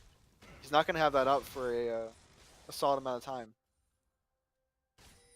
On that note, it's interesting to point out, it's now 9x with a 2-0 lead. Henlo, at this point of the game in last match, had that 2-0 lead. It does seem like they're starting to slip, and with really, really just trivial positioning. Like I said, there was no real reason for either of those members to be where they were. Like, there wasn't a team fight engage going to happen, and they were trying to get a flank, but they weren't respecting any vision. They weren't respecting the collapse potential, and they kind of just walked into a trap.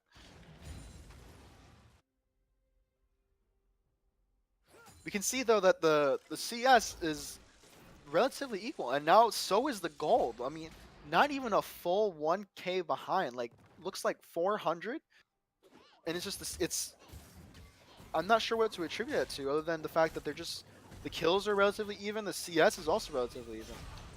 I don't know. One thing that bugs me here, other than Matsuno dying at the moment, would have to be Great Support CS. He's got 98, and it's 17 minutes into the game, and this definitely contributes to why 9x aren't ahead.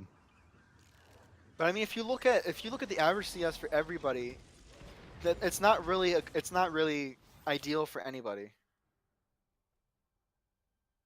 Yeah, well, it has been just a team fight oriented game so far, as they've been butting heads left and right across the map from top to bottom. But we are gonna have a pause at the moment.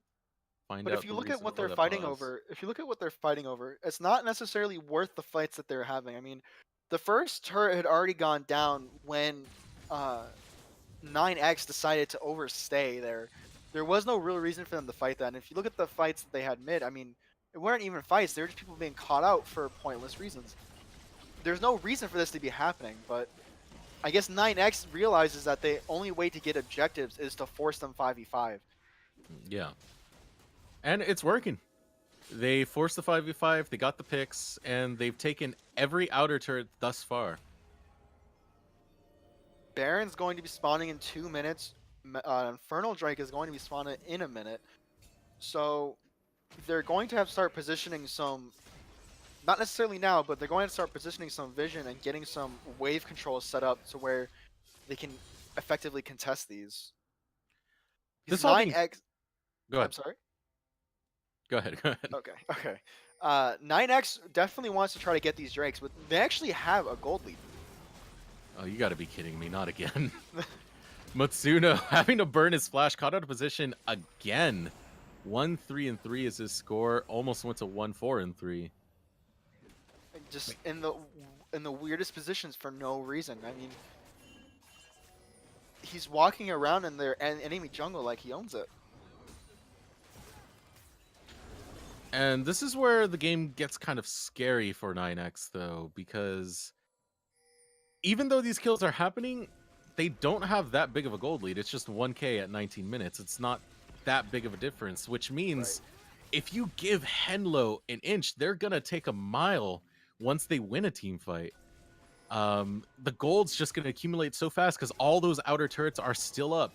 And right now, we do have Infernal Drake spawning. This should be a contested Drake, and yes, it is as they go on to Doxa. Doxa gets annihilated by Fear My Croc, and there we go. 9x looking to take it to Henlo as they focus target one by one. A double kill picked up. Here comes the stun, and this could be a turnaround looking to fight it out. Could the turnaround come? It's not going to be enough. A triple kill picked up by Fear My Croc as 9X constantly apply the pressure. Picnic gets hit by the ace in the hole. Not going to take him out. Fear My Croc getting critically low, but Luca takes out Monsuno just in time. And now great support looking to pick up a pretty easy kill against Picnic as he hides in the bush. There's nowhere to run, nowhere to hide. The ace is picked up by 9X, and so will the Infernal Drake.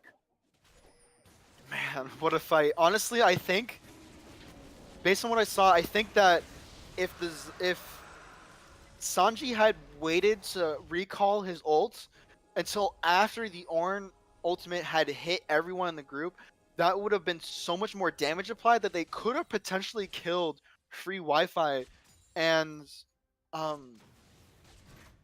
Free Wi-Fi and Luca. Like, they were both critically low, but yet Sanji couldn't get the damage off, and I think that the extra brittle damage would have done the trick. He had to wait.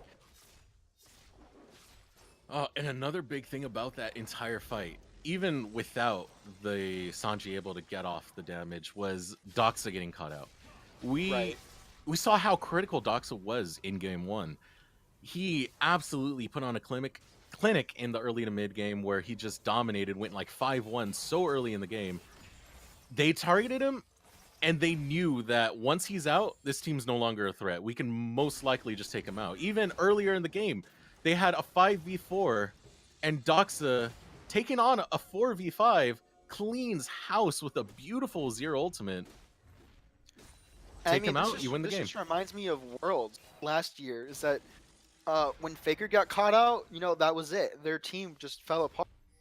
And I mean, this guy must be the Faker of his team, because that's exactly the same thing that just happened here. Yeah, but we might have another engage coming up, trying to get onto Picnic 8. Not going to happen. And this is right here, this is prime for a Baron dance as they start loading up that vision heavily on the topside jungle of Henlo. Something that's important to note, though, is that Fear My Croc has his TP while Monsuno does not, and they're both splitting bot. Oh, and that was overextension to come out from Wolf God. The jungler will be down for the next 30 seconds.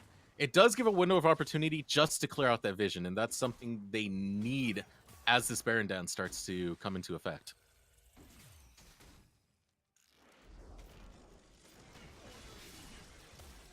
You can see, though, that 9X not necessarily establishing all of the vision that they need. They do have a couple wards in the jungle. They do now have a control ward in the pit, but they forgot that Henlo also has a control ward in the pit, and they didn't clear that before moving on. We did have a bit of a chase go on. Doxa almost caught out by Fear My Croc. Monsuno able to use the Ornn ultimate, the Call of the Forge God, to disengage what possibly could have been a kill on Doxa.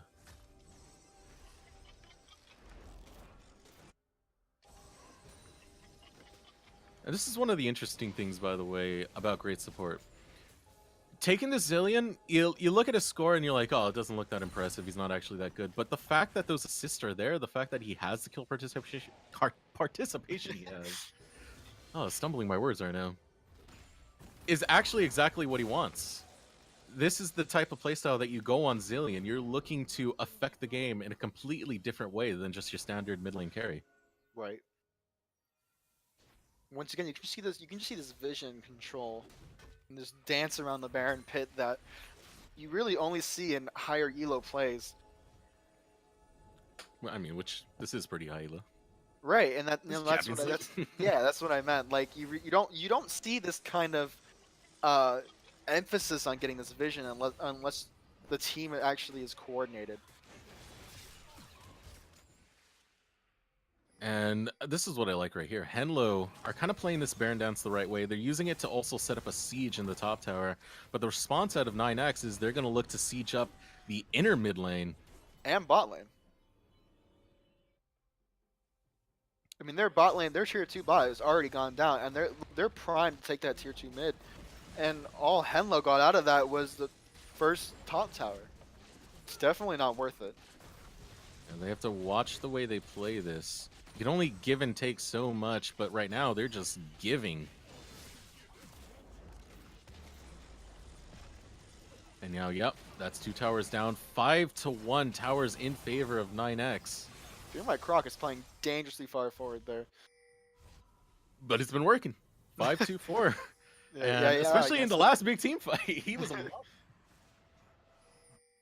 That was just a bit of mispositioning on Doxa. He didn't really need to be in that part of the jungle, and that, I mean, the fight wasn't even occurring until he got cut out. So for him to be that far forward is what ended in that kind of engage. Yeah, it was critical vision. They knew Doxa was over that wall. Flash over it, slammed into the wall. Wham, bam, thank you, ma'am. At least Doxa did manage to take back another turret. 9X, their recall timing was a little shaky. They couldn't quite get back up to their mid tower in order to save it. But Henlo actually all backing when the Baron is up and when they know 9X is there. It's kind of questionable. Yeah, this is a very critical moment for 9X. This could be the old-fashioned Dignitas, if they allow it to be.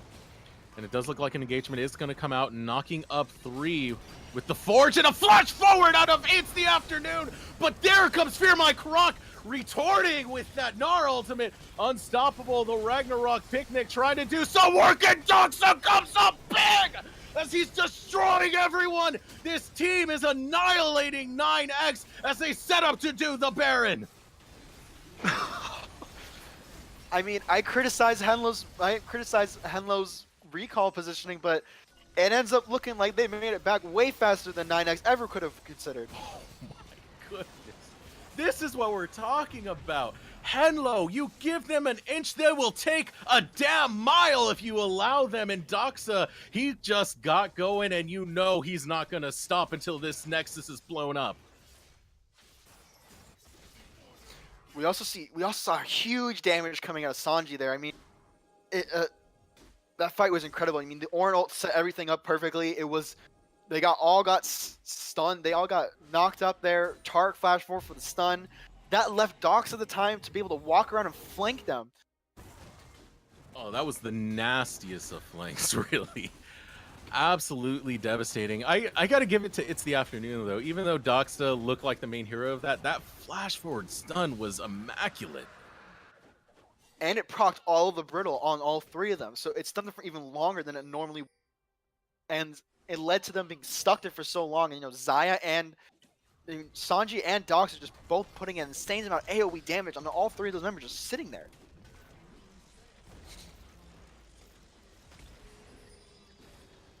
Yeah, so we might have another fight breaking out soon. We do have 9X looking to play aggressively. Fear My Croc goes in, and he's going in deep, but deleted his free Wi-Fi. Now Fear My Croc a little bit caught out into no man's land. Wolf God trying to get into the middle of this, trying to get damage out. Almost takes out Picnic. Now he's going to fall. To who? No one yet, as great support drops, trying to sacrifice his life for the Chrono Shift. Looking to go after Sanji. He's not going to catch him. A double kill picked up by Doxa.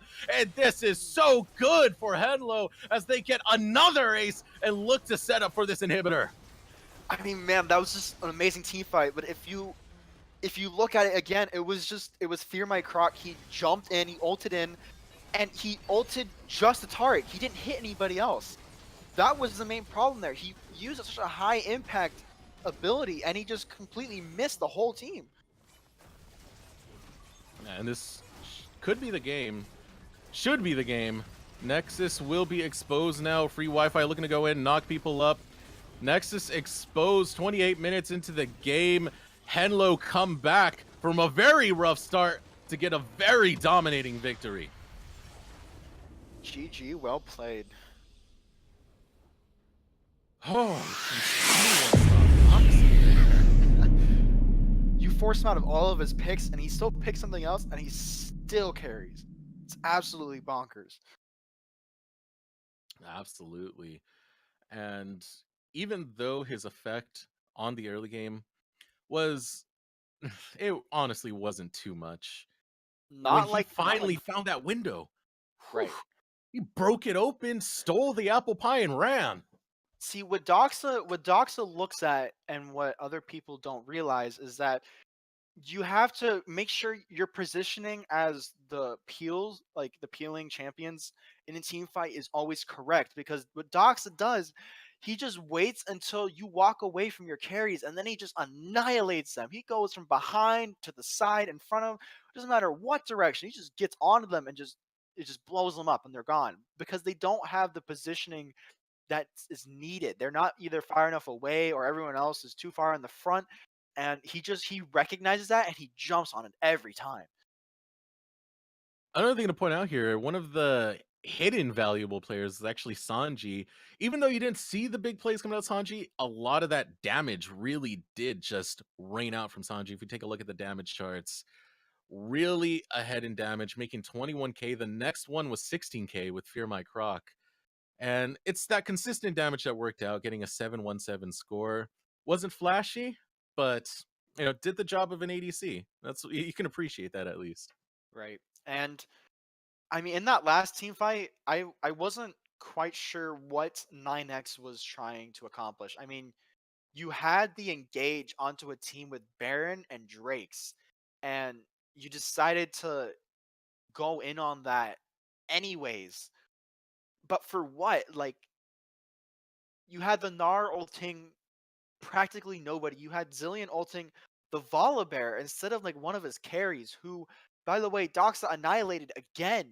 Like, the choices that were made in regards to high impact abilities were just not in the correct times or people.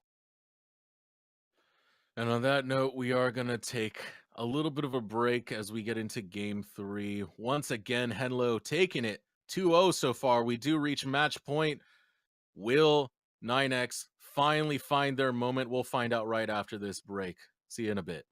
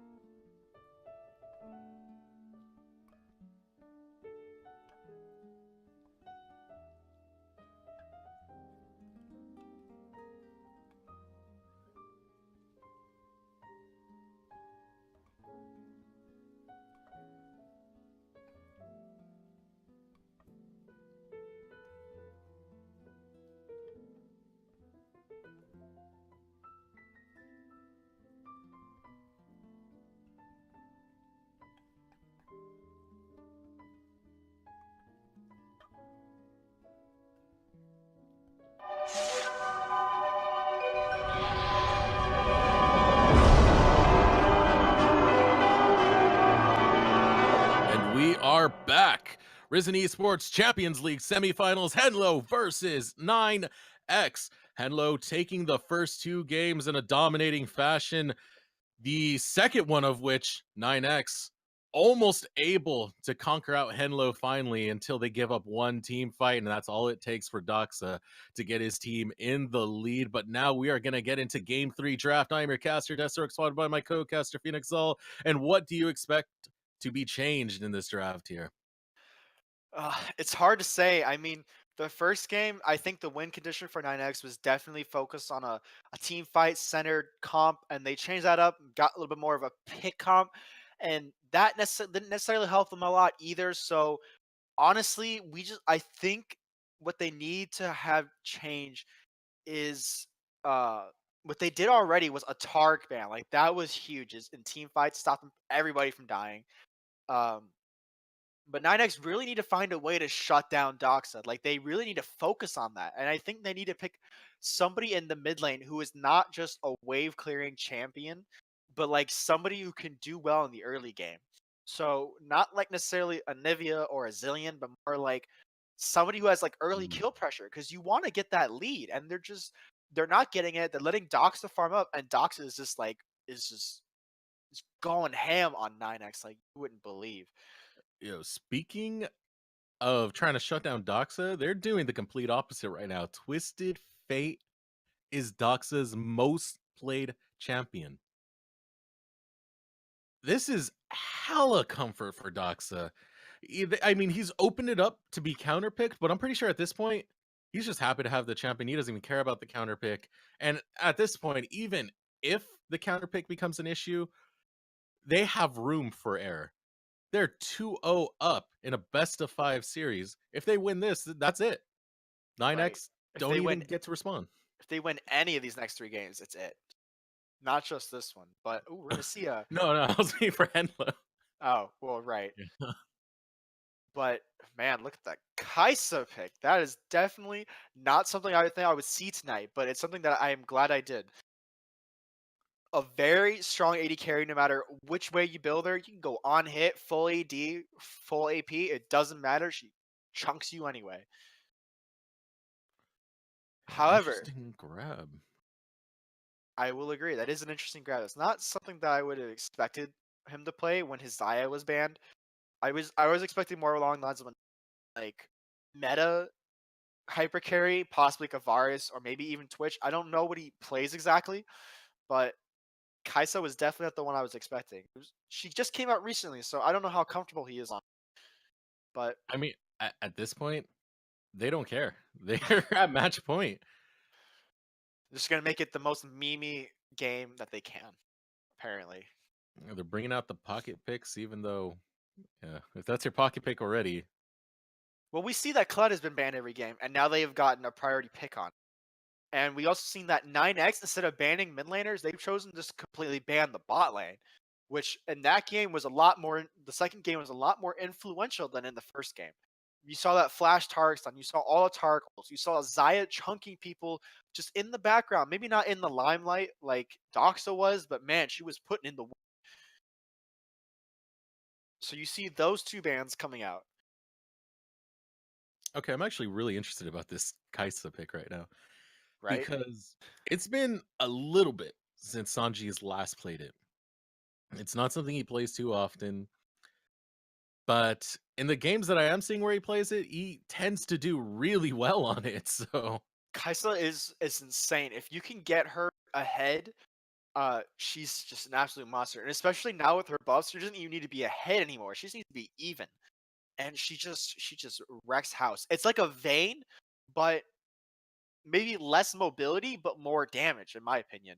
Because you still have that on hit passive, you still have um high max health damage. The difference is you have it in magic damage now, so you can't just build armor anymore. Not that you could build armor against Vayne to begin with, but no matter what you build, Kai'Sa's gonna chunk you. And we do see a Tom Kench coming into a Kai'Sa pick, which is just hmm. insanely good. Not because of justice that comes with Tom Kench, but because Kai'Sa's that short range 80 carry that needs a lot of peel, and Tom Kench is perfect for that job. Oh my goodness.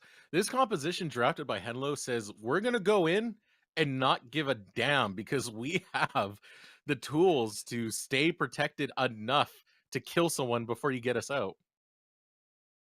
I honestly don't know how 9X is gonna respond to this. They have the Braum and the Caitlyn again. That didn't necessarily do the best, but they've locked in Caitlyn every game, so this guy must play nothing but Caitlyn. Yeah. Luca needs to get off this Caitlyn at this point. We've seen it way too much and it hasn't been that successful. Right. He does also play Ezreal, he does also play Tristana, plays Varus as well. He pretty much plays almost every single AD carry, but out of those were his most played. For some reason, he's just stuck on this Caitlyn, and every game, even when we look at the damage charts, it doesn't really do that much. The laning phase doesn't really do that much. Well, the problem with picking Caitlyn is that in laning phase you can be aggressive and you can also play safe, which is I think why he picks it because he wants to do well in lane.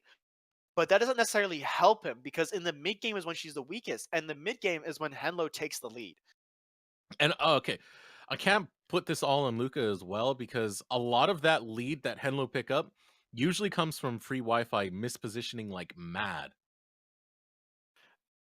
I mean, it's not just free Wi-Fi. It's a lot of like 9x mispositioning. Like I said this in the last game. It's just Dox is able to recognize that people misposition themselves so often, and he just goes in on that without hesitation whatsoever.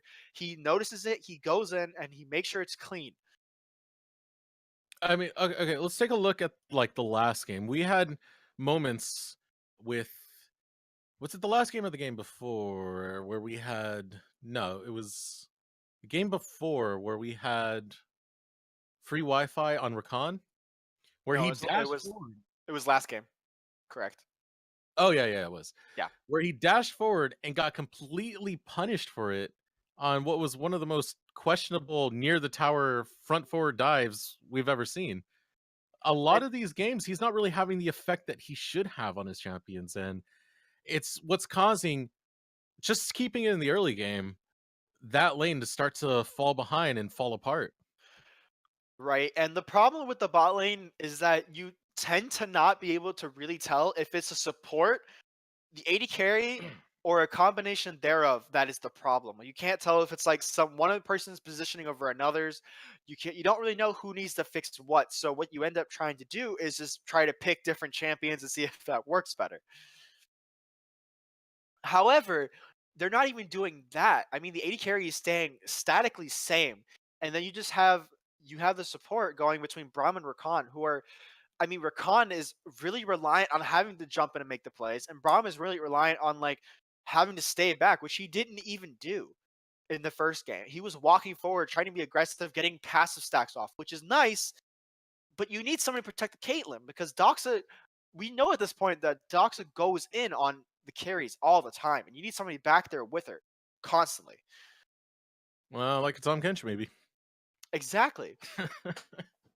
Problem is, Tom catches on the other team. Yeah, I don't know. I don't I feel like a lot of this comes down to the bot lane of 9X.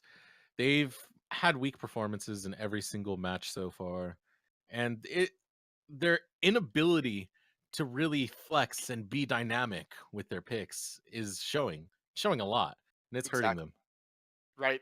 And the thing is, as the series progresses, we can see Henlo adapting the champion pool that they use to meet the kind of playstyle that 9X is consistently showing. 9X is not changing anything in hopes that maybe a couple of champion picks will, and it's not. So Henlo is recognizing that, and they're just like, okay, we can pick something else because we know that they're gonna just go pick Caitlyn again, and then we pick like whatever we want, you know.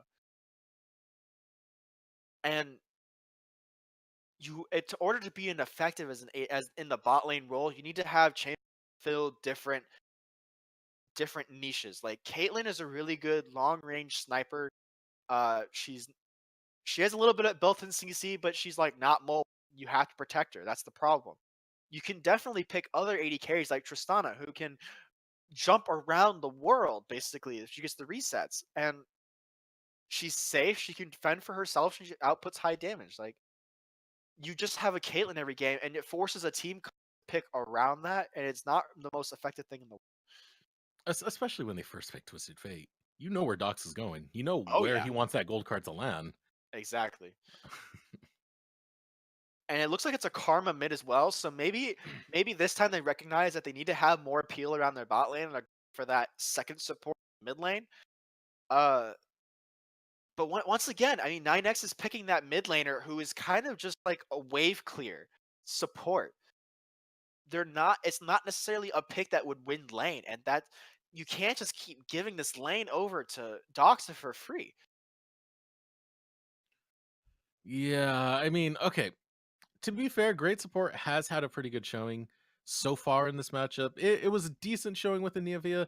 It was a pretty solid showing with the Zillion. But for great support, I feel like he is capable of more than that. But he just really wants to play what his name says, be a great support from the mid lane. And I mean, I'm not one to judge. It could be possible that he's just a support main and he got filled mid. I doubt it, but based on his champion pool, I don't see him being comfortable as like a high damage carry.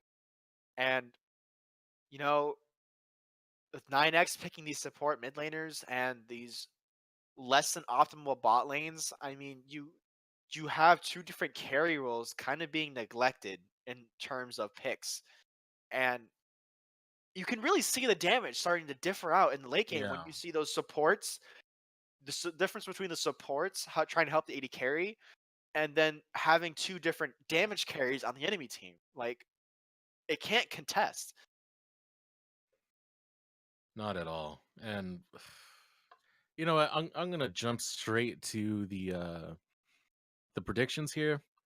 And I'm not even going to show mercy on this one. Henlo is taking this, and the reason I'm going to point out straightforward is their comp puts so much onto Luca, and Luca has not been performing.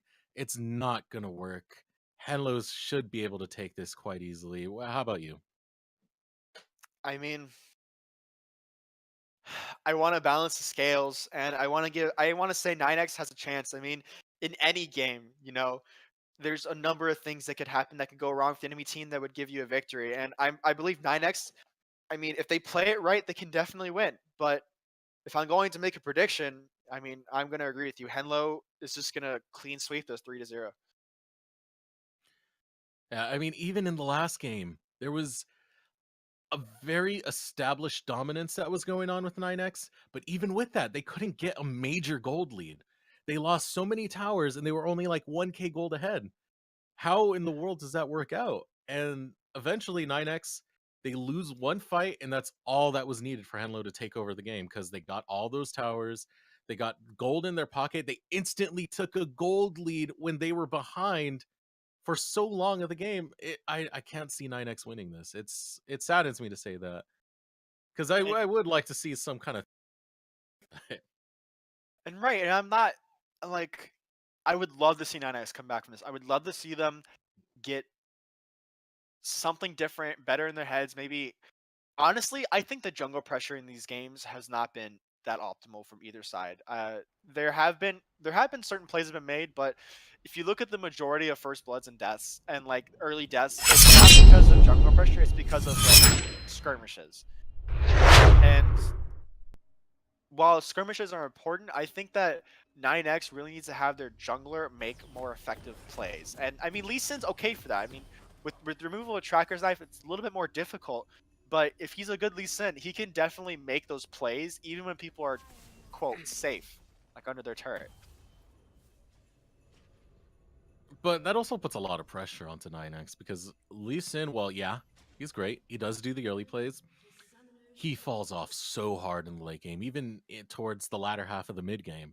If you do not commit this Lee Sin to making an impact early, he will never make an impact. And the only thing that he can really do is you relegate it to a position, kick people off Caitlyn. That's it. I mean, he can try to assassinate Doxa, but I mean, let's be honest. Doxa is basically untouchable. The cooldown on the card is so low that even if he ults in, hits the card on Caitlyn and she dies, I mean, he just has to Zanya's and have another card up again. You know, the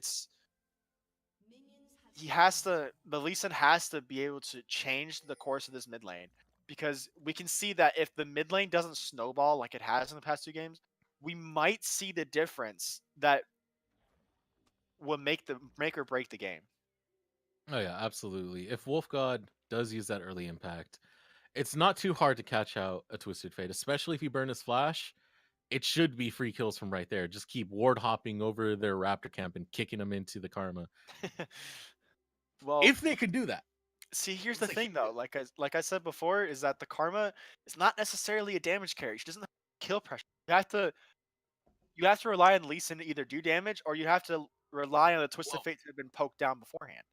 I'll argue on that a little bit. Karma has great base damage, as most supports do.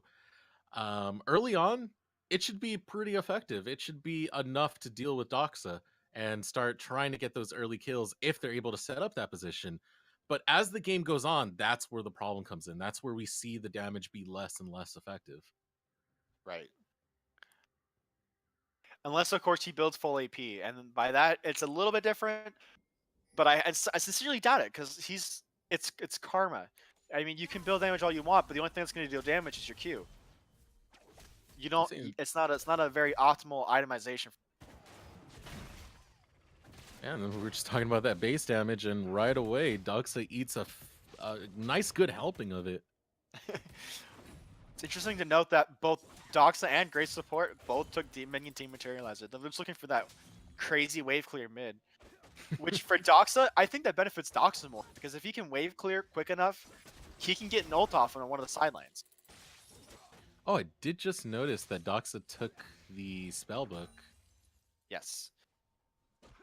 What I'm guessing is the case for that is because Twisted Fate with Ghost in the late game is a lot better than Twisted Fate with Ghost in lane. Yeah. He doesn't really benefit from it. But if he starts with heal, he can stop any early kill pressure. Then he can switch to teleport, come back to lane. Then when late game rolls around, he can switch between teleport and Ghost. It's perfect.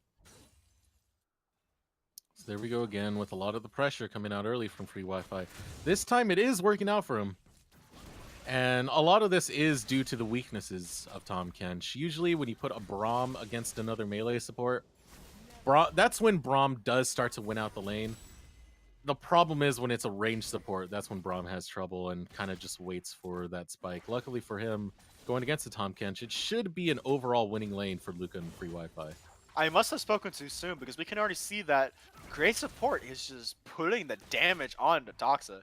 I mean, Doxa is out of potions now, and he's out of mana, and yet he's still being forced under his turret by an almost full health. Yeah, and that, as I said, the base damage, it really shows when it comes to taking Karma, and especially using those mantra Qs early. That being said, Twisted Fate does suffer in the early game. Takes him a while before he gets to that scaling point where he can start trying to go on the aggressive back. Meanwhile, Fear My Croc getting kicked off of Skarl. This could very potentially be a first blood, which is why I think Wolfgod is hovering around this top lane. He wants to make sure that nobody tries any funny business. Fear My Croc. Yeah, but they They should be aware of where Picnic is right now. There was pings out towards that ward, but we do have a catch out going in. Fear My Croc will get his Scarl back up just in time. Gonna choose to continue fighting this. He's gonna lose Scarl instantly again, and El Matsuno's gonna look for the first blood auto attack. Flash pays off a little bit too much aggression for Fear My Croc. I mean, if you look at that trade, that was so not in Fear My Croc. Look at that giant minion whip Matsuno had. There was no way that you're gonna win that against Shen. He's just gonna get his Grass Legion dying off on you. He's gonna get his tiny little shields, and that minion aggro is gonna eat away at you, hardcore. Yeah, and that's one of the most disrespected things when it comes to early laning. If you don't respect the minions, they don't respect you, and we're seeing it again. I mean, look Fear at My that. Croc, look at that. He teleports in, and he has that giant minion wave actually eating him up, and Matsuno doesn't even need it back. Now they're at the same exact health. Oh, Fear My Croc. It's just kind of disappointing because he did look amazing when he was on the Gnar earlier. And to see such a very, I want to say low-level mistake, just, I don't know. I don't know what's going on here. It's just, you know, getting in the mindset of playing Kled. There is no stop button. You just gotta keep going. So we do see that, meanwhile, in mid lane, Doxa was losing out early. He is starting to get ground again. He does have a CS advantage. Great support, focusing a little bit too much on that harassment, and Doxa getting his mana back through those blue cards. Yeah. And that Dorn's Ring. Twisted Fate is just... He's a really safe laner lane against because no matter how much he pokes you, you can always just sustain himself back of mana. And that's exactly... You can see that. It's exactly what he's doing. And there we go, the tether going out. Great support. Ooh. Looking to take out Doxa, but over around the wall comes Picnic, and down goes great support. What I'm anticipating now is that that would almost look like a great play, except the minions kind of minion blocked out of those couple last autos. What I'm anticipating now is probably a bot lane or a top... I'm thinking bot lane gank from Doxa here. He's just going to run straight there and teleport in with his ult. You can see that Luca and Free Wi-Fi are just sitting in this bush. But looks like I was also wrong as he just teleports back to lane. And I don't know, he does have a chance to go after Fear My Croc, who's falling critically low. Gonna get that Scarl back up in just a second. We do see Wolf God is in that general area. Would provide a great counter gank if the ultimate were to be used Destiny by Doxa. I'm curious to see what Twist of Fate does here. Like I said, I was totally anticipating him just to ult directly to a side lane and then TP into lane. That would have been a more, in my opinion, that would have been a more efficient usage because you could have gotten the gank off and then immediately gotten back to lane after that. And instead, now if he wants to ult to a side lane, he has to walk back. To be fair, it is a little bit of a difficult lane to gank considering Sanji and It's the Afternoon are struggling quite a bit. Well, Sanji's Kaisa, she gets bonus stacks on her plasma after somebody gets crowd controlled. So whoever Twisted Fate would gold card, you would immediately get a large amount of passive stacks off, and then Sanji has auto them like once. Not even auto, you just has to W them, and it's already a passive proc and a chunk of health missing.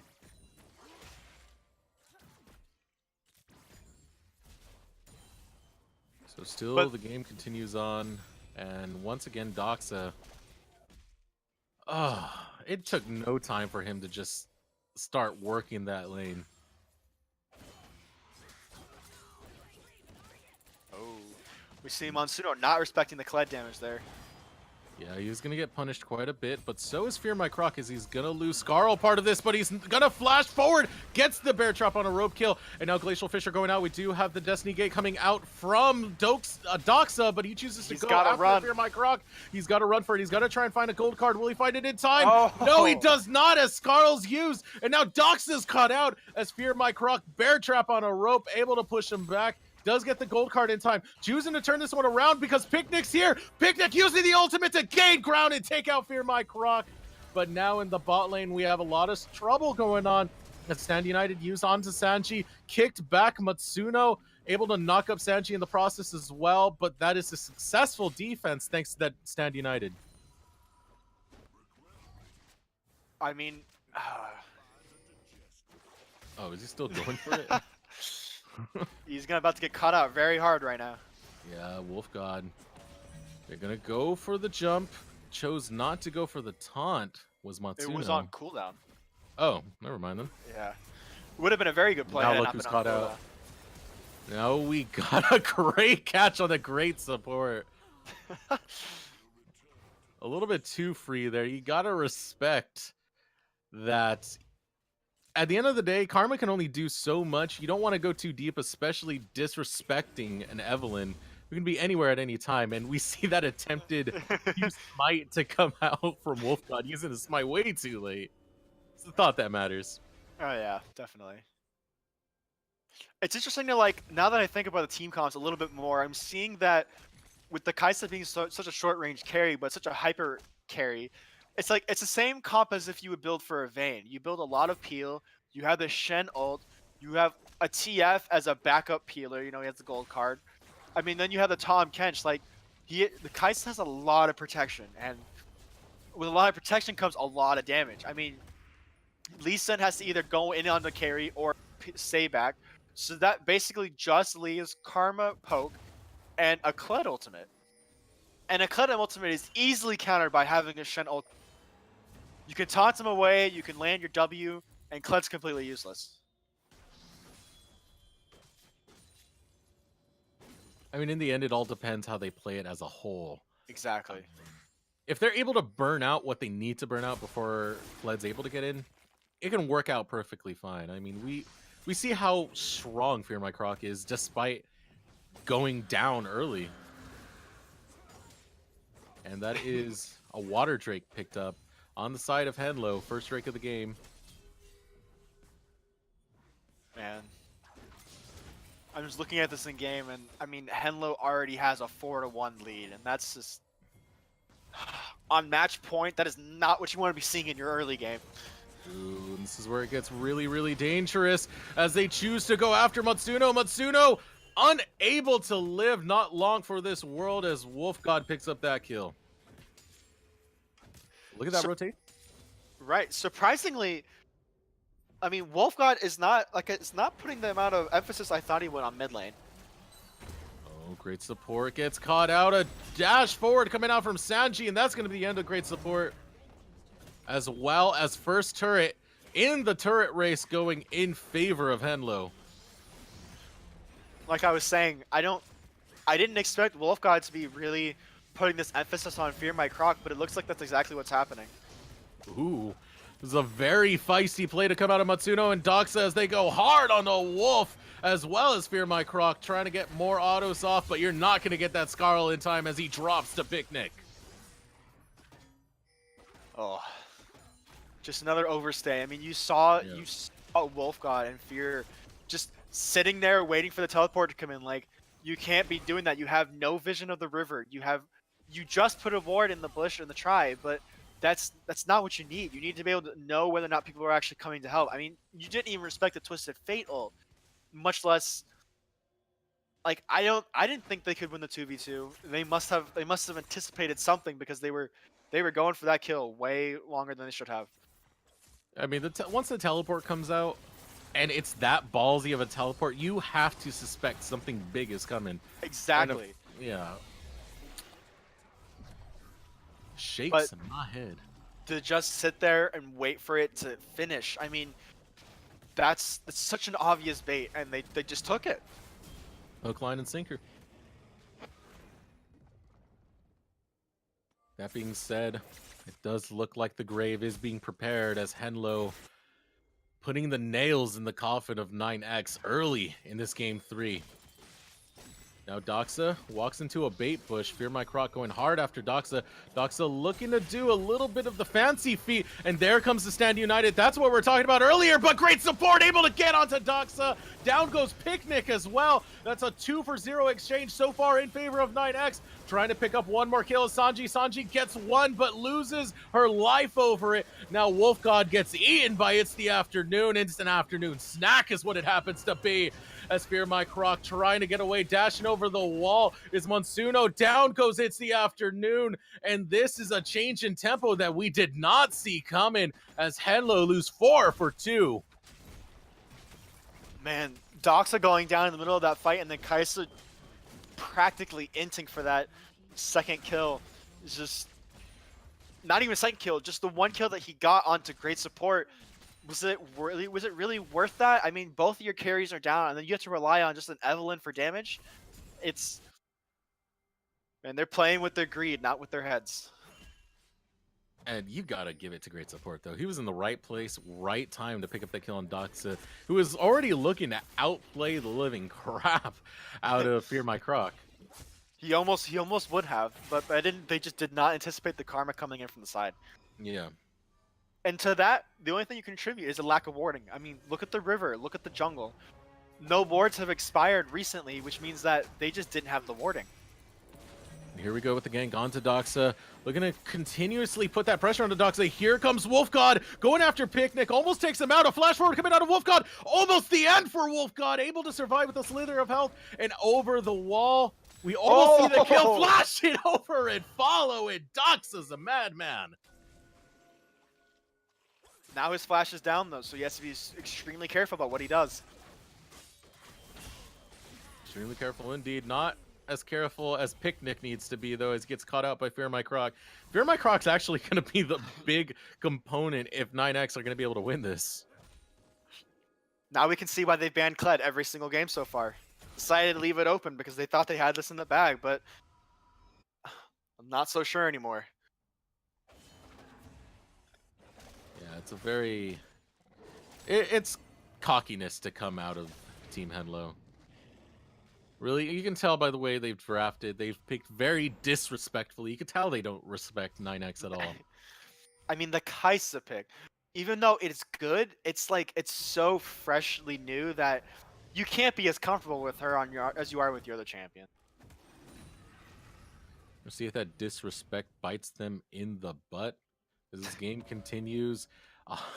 Dead even in gold, which is surprising, considering usually it's Henlo that will overcome in the latter halves of the game.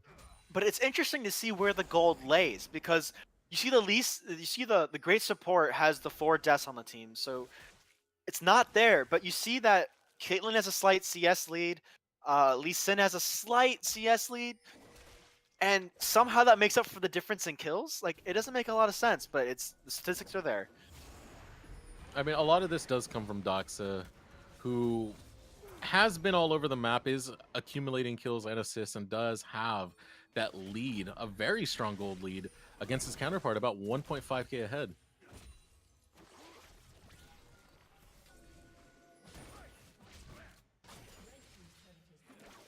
So currently, I mean, 9X is just fighting for vision. They're trying to get some sort of vision onto this Drake just to see if they should just stop it or not. Because it is an Infernal. It is, if actually, they're still the first Drake of the game. Nobody's taking it. Second Drake. There was Ocean Drake taken first. Oh, okay. Right. Second Drake of the game. This is actually a very critical Drake for the composition drafted by And the Henlo. Karma Q completely deleting Sanji's health. That's so pivotal. Oh, here we go. As the ultimate is used, looking to chase down, lands onto It's the Afternoon. They want to delete him, and delete him they shall. As Picnic tries to get in some cheeky damage on the back half of that, but it's not going to work out. Overall, a net win as they set up for this Infernal Drake, but meanwhile, Monsuno in the top lane gets a tower. Ooh, that was almost spicy. Ooh, Doxa. Looking to add another to the highlight reel. Doesn't quite get it, though. But we saw that team fight. I mean, was it really a team fight? I mean, come on. Sanji got deleted practically at the very beginning of that. Then Tom just got caught trying to protect Toxa. And, I mean, on Fear My Croc side of things, that's exactly the play you need to make. One of the carries is critically low. You need to focus down the other carry with your ultimate so that somebody has to respond to that. And the response was Tom died instead of Twisted Fate. It's exactly the kind of thing they need to do. Which is a responsible move to come out of It's the Afternoon. Exactly. To let Doxa die in place of a support is probably not worth it in anybody's books. Alright, I'm going to blow your mind right now. Great support has gone a different build than the last 2 games. A Luden's Echo.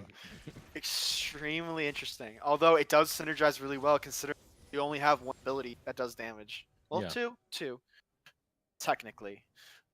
But this is something that works out for 9X because what we've criticized them on is the fact that they go for this like late game build. Actually, gotta hold that thought because Dox is caught out, or is he? Manages to get the gold card just in time, and we are going to see the retort come out from the side of Henlo as they look to chase onto free Wi-Fi. A great kick comes out, but it's not going to be great enough as Doxa takes out Wolfgod. Now free Wi-Fi trying to run away, getting the stun on the Sanji. Sanji way too close. Great support, able to take him out, but Fear My Croc still playing very aggressively. Is it too aggressive though? Yes, it is, as Matsuno takes him down. Free Wi-Fi is gonna go down. Luca a little too far forward. This could be the disaster that Henlo have been looking to catch 9X on. But it isn't gonna work, or is it? Yes, it is. Luca drops down, and what a great turnaround for Henlo. Man, it was so difficult to understand what was going on there. But the problem in that team fight, I mean, I didn't see an actual problem, honestly. The Caitlyn was in the back. The Braum was standing right in front of her. Great support was also standing next to her that whole fight. And I mean, Caitlyn was outputting damage, but she just doesn't have the damage right now. She has a hand cannon and berserkers. Like, she has a lot of attack speed, but she hasn't even finished an IE yet. And that difference in damage between a full Essence Reaver and almost a full Infinity Edge from Kaisa is just huge. Not to mention the 4-1 Twisted Fate. I mean, you do have great support with that Ludens, but you see him potentially building into an Athenes right now. And that's not going to do much for your damage problems. Who do you have for damage? You have Kled, and he was busy getting 2v1 in the back by Twisted Fate and Evelyn. I mean, I know you're the backline diver, but it doesn't mean you need to be there solo. Yeah, and that's the thing right there. The damage drafted by Henlo is great. They have 4 what you can consider carries, and if he's there by himself, they're gonna take him down. Right. It's just a matter of time. He's not even building true tank. He's building bruiser, which is fine. But the problem is that he can't stay in the backline for that long because then he dies. It's just that simple. You can get onto them, you can deal a lot of damage, but you can't take that much because, you know, you have Evelyn and Twisted Fate both on you at the same time, and you only have the most basic magic resist. You're not going to survive. Yeah, I feel like at this point, the synergy that Fear My Croc and Wolfgod have to have when they go into these fights is so critical and so hard to pull off at this stage of the game.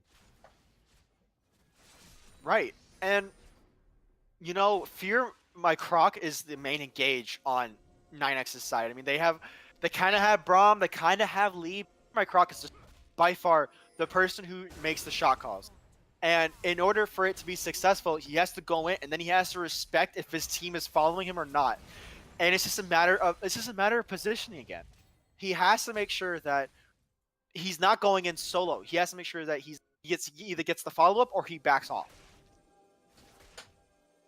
What an intense game. What an intense series. Indeed.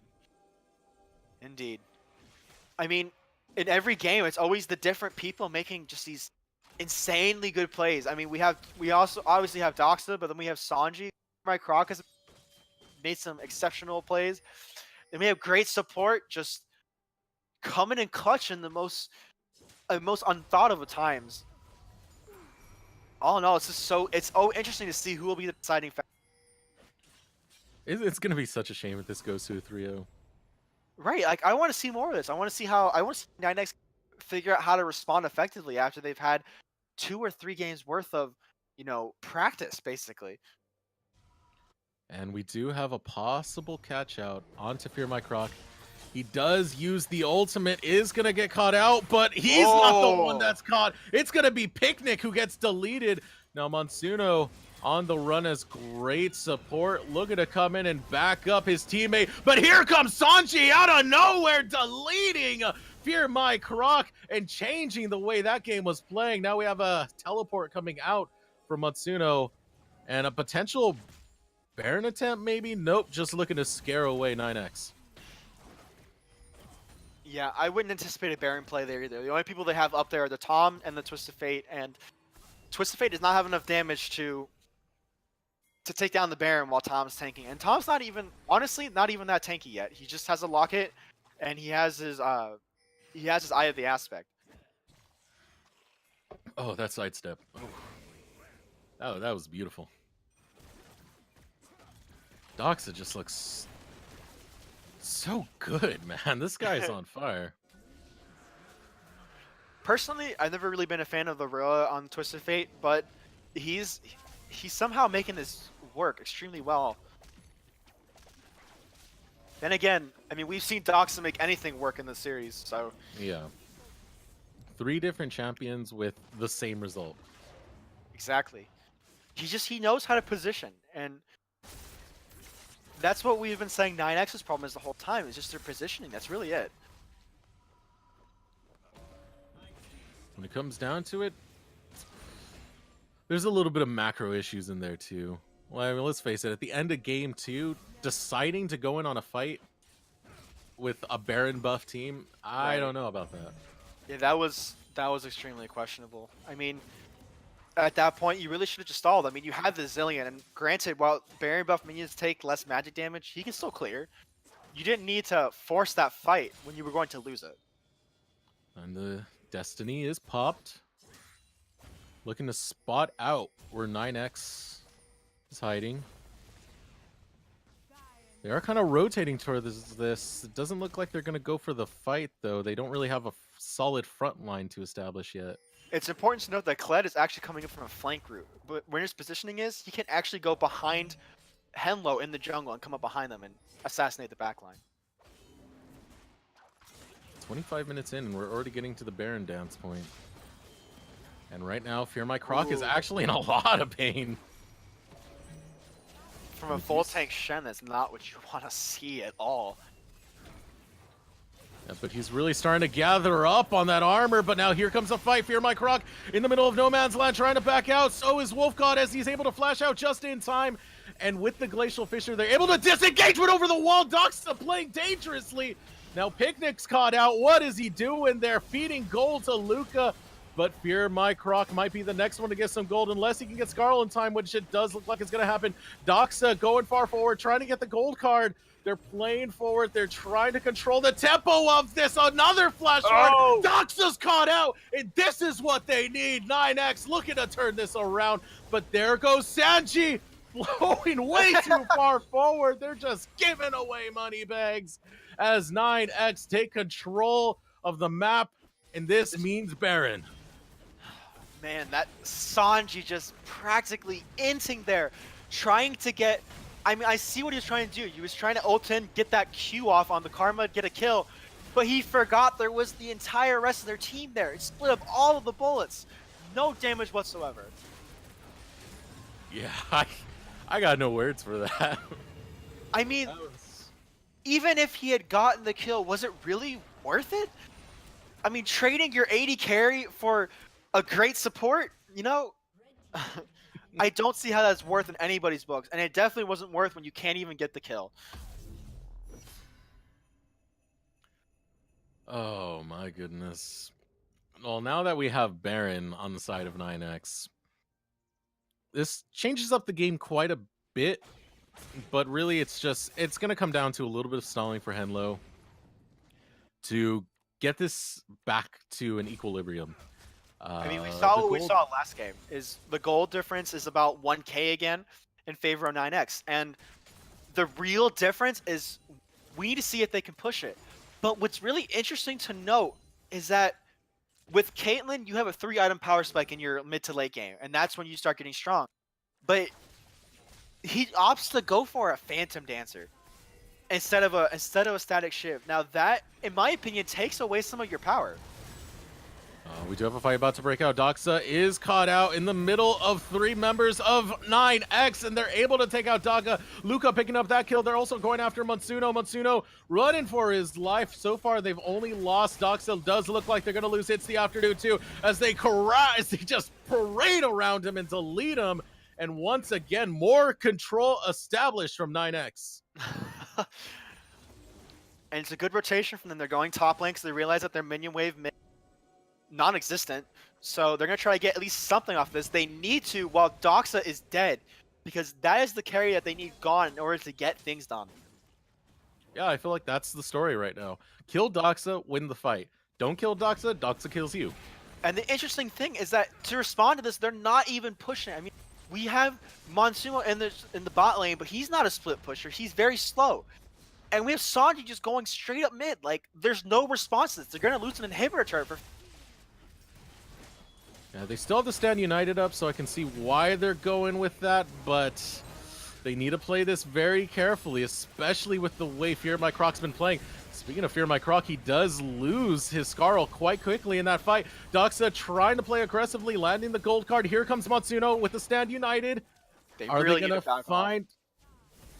They're not going to find much, though. They do get 9X to retreat, and that was the problem with 9X. They always had a tendency to overstay. This time they leave at just the right time. Just barely. You can tell that Henlo was getting ready for that second engage, and it just was not. It was right outside of the boundary of time that they needed. And like I said, it was just the fact that everybody was in the wrong spots at the wrong time. Sanji was still trying to roam up from mid. He couldn't even get there because he had to go into his base to get around the team. And now, like, looking at the gold, we see a 4K gold difference. That's higher than any point in the entire series. And an inhibitor. Like, 9X really do have the potential to win this game if they keep playing like they are. Oh, yeah. They are in the driver's seat right now. They have to keep up the tempo, though. Because, as we said, give Henlo anything, they will take it all. So they have to play this carefully. They have to be really macro-oriented if they want this victory and want to try and even attempt a reverse sweep. And I know I've been judging Luca this entire series, but I mean, look at that KDA. Look at that gold. You see him with almost 4 items already. That's the amount of Fed that Doxa is at this point. And I would argue even more so because they're about equal in CS, but the difference is that Luca has the kills. So we're finally going to be able to see this Caitlyn really actually paying off for 9X. Especially with a tower sieging ability. Those headshots, like, look at that! Ooh. Yeah, it took 3 games, but Luca finally into it, finally getting into that late game carry status. He just needs to be careful with his position. You can see him walking forward just to place traps. Now, on that note, though, all it does take is a gold card because Luca does not have Quicksilver Sash. If he's caught out by any form of CC, the follow-up damage would be immense. They have to really protect Luca if they want to be able to siege his tower. And 9X is doing exactly what they need to do. They're having somebody sit in the jungle while the rest of the team is in the lane because they don't want Evelynn to flank them. They don't want Evelynn to get a try on the Caitlyn, and then, you know, all havoc breaks loose when you're trying to defend an Evelynn, you're trying to defend a Twisted Fate, and then you have Kai'Sa blowing up your front line. They're doing exactly what they need to and making sure they keep tabs on where her location is. Very smart indeed. Now we do have about 2 minutes until the Baron does spawn. Do they continue the siege or do they just look to really establish that vision and wait out for the Baron? Well, establishing vision at Baron right now is kind of pointless because all wards would die before it spawns anyway. I think, honestly, right now, 9X just needs to make sure their waves are in a good position where they're pushing, and that Henlo would have to deal with that while also trying to contest the Baron. And to do so, they need to make sure that it can't just be responded by a Shen in the bot lane. Like, they need to make sure 2 or all of their lanes are pushing out in a big enough fashion where they're going to lose a turret if they try to defend it. And once again, we are starting to see that ruthless pressure that 9X has been putting on in the latter half of this game, finally making it towards the late game. Sieging up this mid lane inner tower. And that Karma, 3rd item going for a death cap. That's gotta hurt, man. Oh, no kidding. So that is finally all outer towers gone.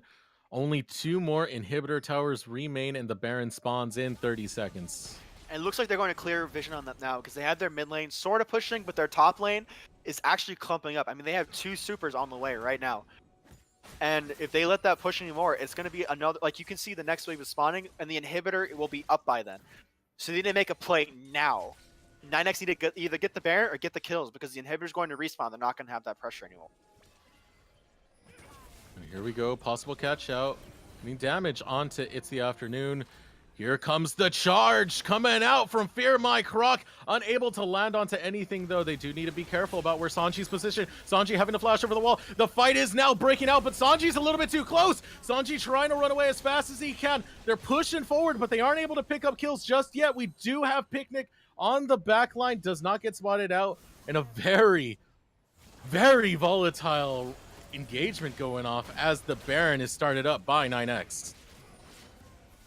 And we see that Sanji had to go back to just defend the base. Which, unfortunately for 9X, the inhibitor respawn. Ooh, Picnic flashing forward to his demise as Luca, unstoppable, takes out the jungler of Henlo. Looking to get the top laner next. A flash forward from Matsuno. Barely able to stay alive. We do see the teleport come out. Ace in the hole deletes him. And now Fear My Croc playing way too aggressively. Under 2 towers gets dropped. Now Dox is the one caught out, but he's able to get to It's the Afternoon just in time to get to safety. But that is going to be another inhibitor tower going down and possibly another inhibitor as well. I mean, they did exactly what they said, and I had predicted. They needed to force something then because the inhibitor was respawning, Baron was up, and that's exactly what they did. And look what they're doing now. They got the Baron, they're getting 2 inhibitors out of it. Yeah, and I just got to talk about the late timing that came out of Picnic. Picnic flashed forward, and the Baron was already dead. We already saw an attempt come out from Doxa. Then it died. Then Picnic flashed. This guy needs to work on his timing a little bit. Yeah, I'm sorry, not Doxa. Picnic on Evelyn, it's not looking like the best thing in the world. I mean, he needs to be assassinating the carries, but Caitlyn hasn't died since the beginning of the game. You know, where is the focus on the carries that we thought was going to come out from this team? I mean, they have an Evelyn, they have a Twist of Fate, but yet this 80 carries 8-1 and nothing's going wrong at all. She's going to be full build after she builds her QSS. And that is the scariest thing in the world, is a full build Caitlyn hitting on your turrets. I mean, we already saw it takes less than 5 seconds for her to chunk a full health turret. Maybe this is what Luca's needed the entire time. Just to get past 30 minutes in a game. Elder Drake is going to be started. 9X picked this. They do get double on Mountain and Infernal, which is absolutely terrifying at this stage of the game. And 9X is taking it to bot lane, taking it to the only lane that they have something left to take from Henlo. They're making sure this base is entirely broken. They want to shut Henlo down in the worst way possible. All of your lanes pushing, Baron and Elder, all members of your team. They want to make sure they feel the pain that 9X has been feeling all the series long. Yeah, absolutely. And now the defense is going to come in. Baron, Elder Drake. This is a scary situation for Henlo. As Henlo trying to come up on the back end of this. They might just look to fight this one, but out goes the charge, completely whiffs, but Matsuno's finally in it, trying to fight this as best as he can. Luca getting off so much damage in the back line, looking to absolutely tear apart Matsuno. And meanwhile, Fear My Croc goes in, and he takes down 2 like it's nothing. This is going to be the end for Henlo as 4 drop in. Here we go. We have a series. I am really proud of 9X. I mean, that, honestly, it wasn't so much a 9X in that team fight, but it was just Picnic being in a random spot, completely separated from his team. They focused him down, and then Shen was forced to hold onto him instead of Doxa. That was just, oh my god, that was just a mispositioning of a lifetime. That cost him the win in that series. Whew, there's so many factors that really costed them in that one. Right. Yeah, you can't just narrow it down to one thing. It was just so much. The one thing I do feel like was the biggest contributor to the downfall of Henlo in this match was the Evelyn pick.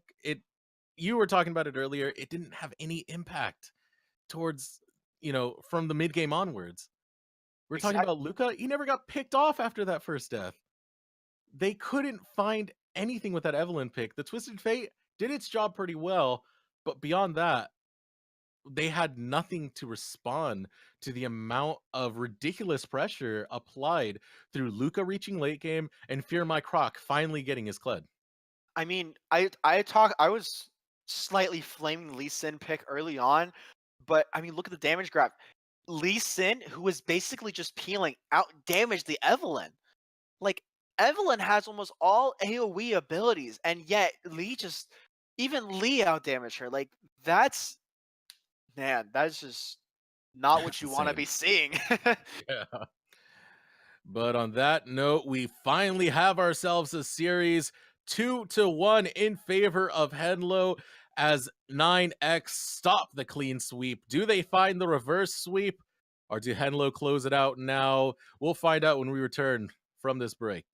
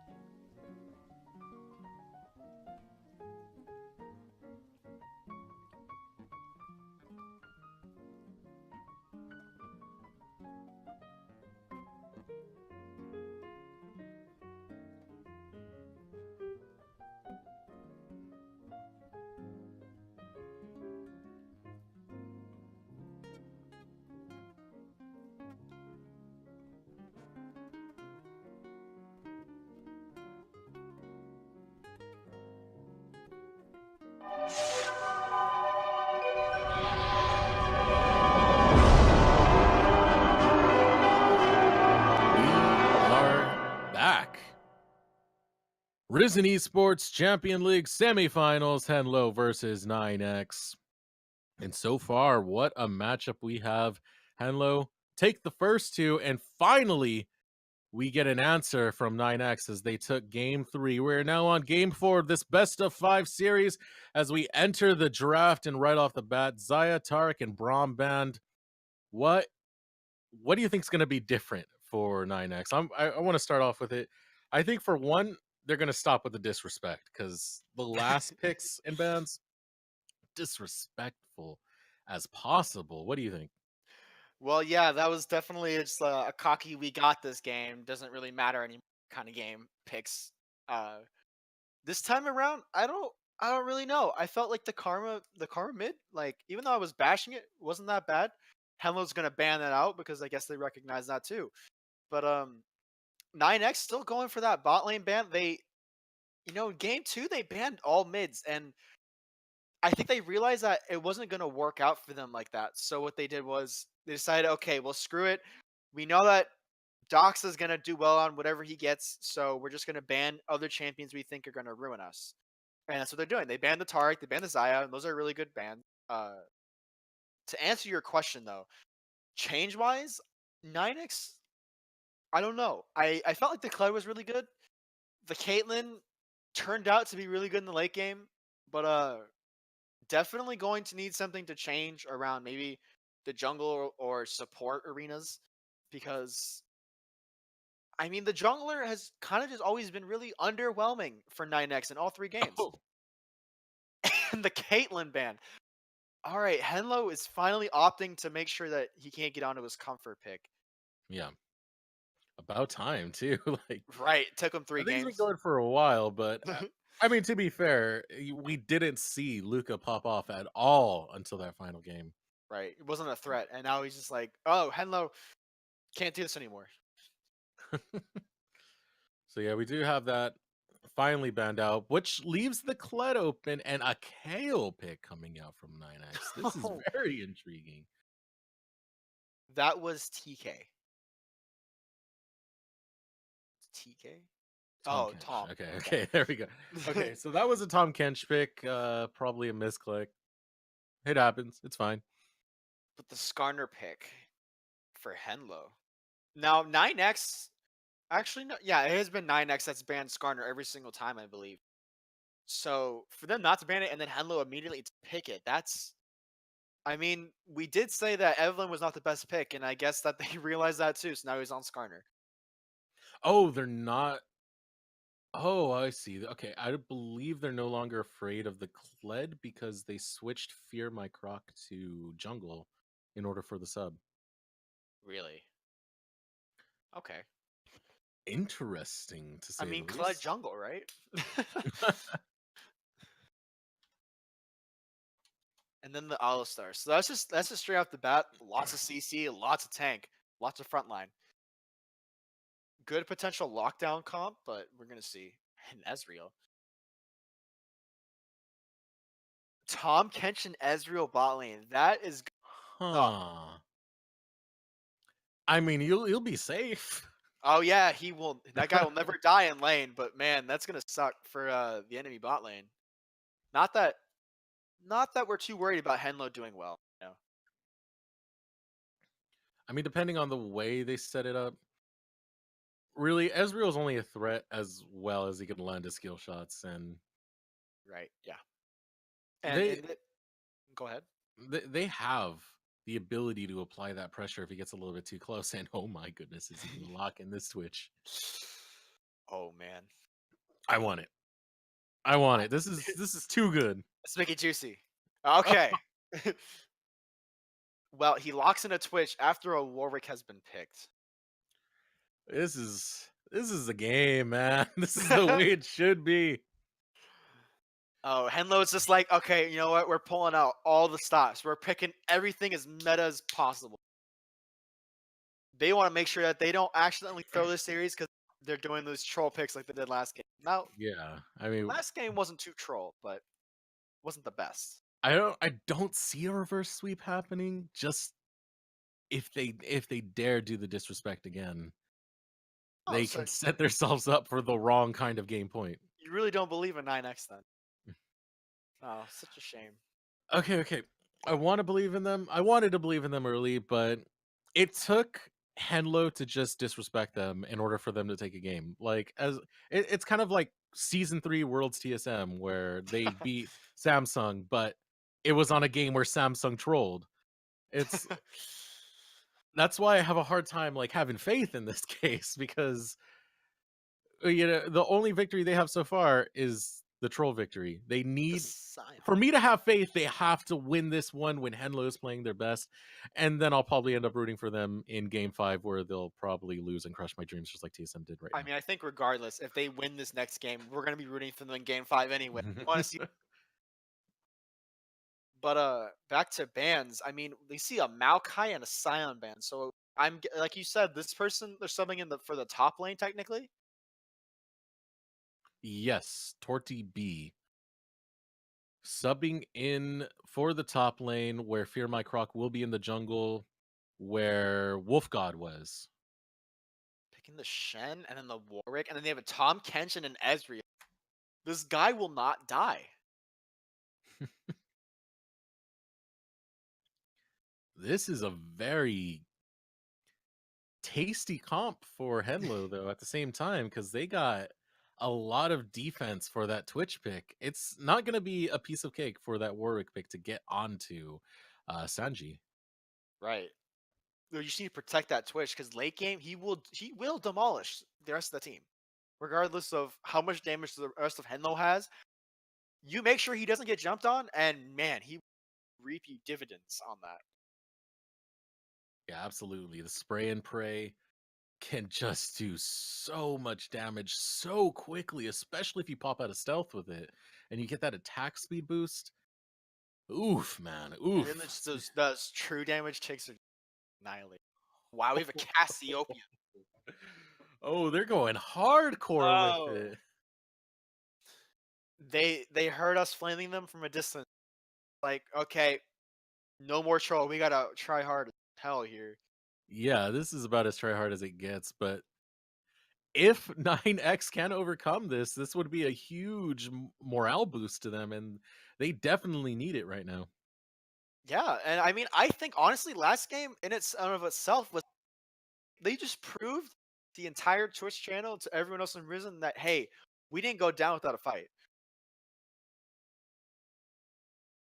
So these are some Wow. comps. No, So that yeah, you're not wrong to, there.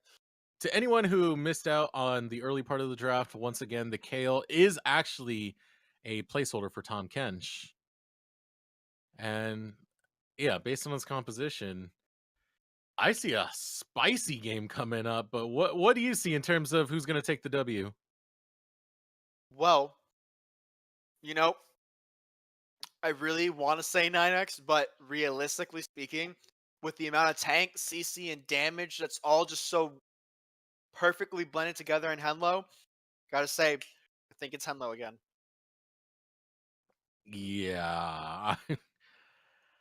I'm gonna have to give it to Henlo as well. I mean, I don't get me wrong, man. I would really love to see 9x hell out of Henlo, but you know, you can't really argue with that team comp. I mean, it's just such a beefy front line.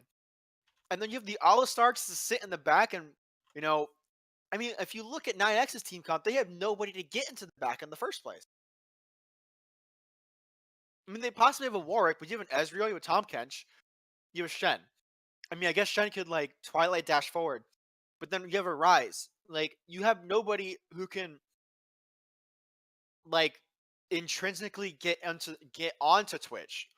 You have to kill the front line first.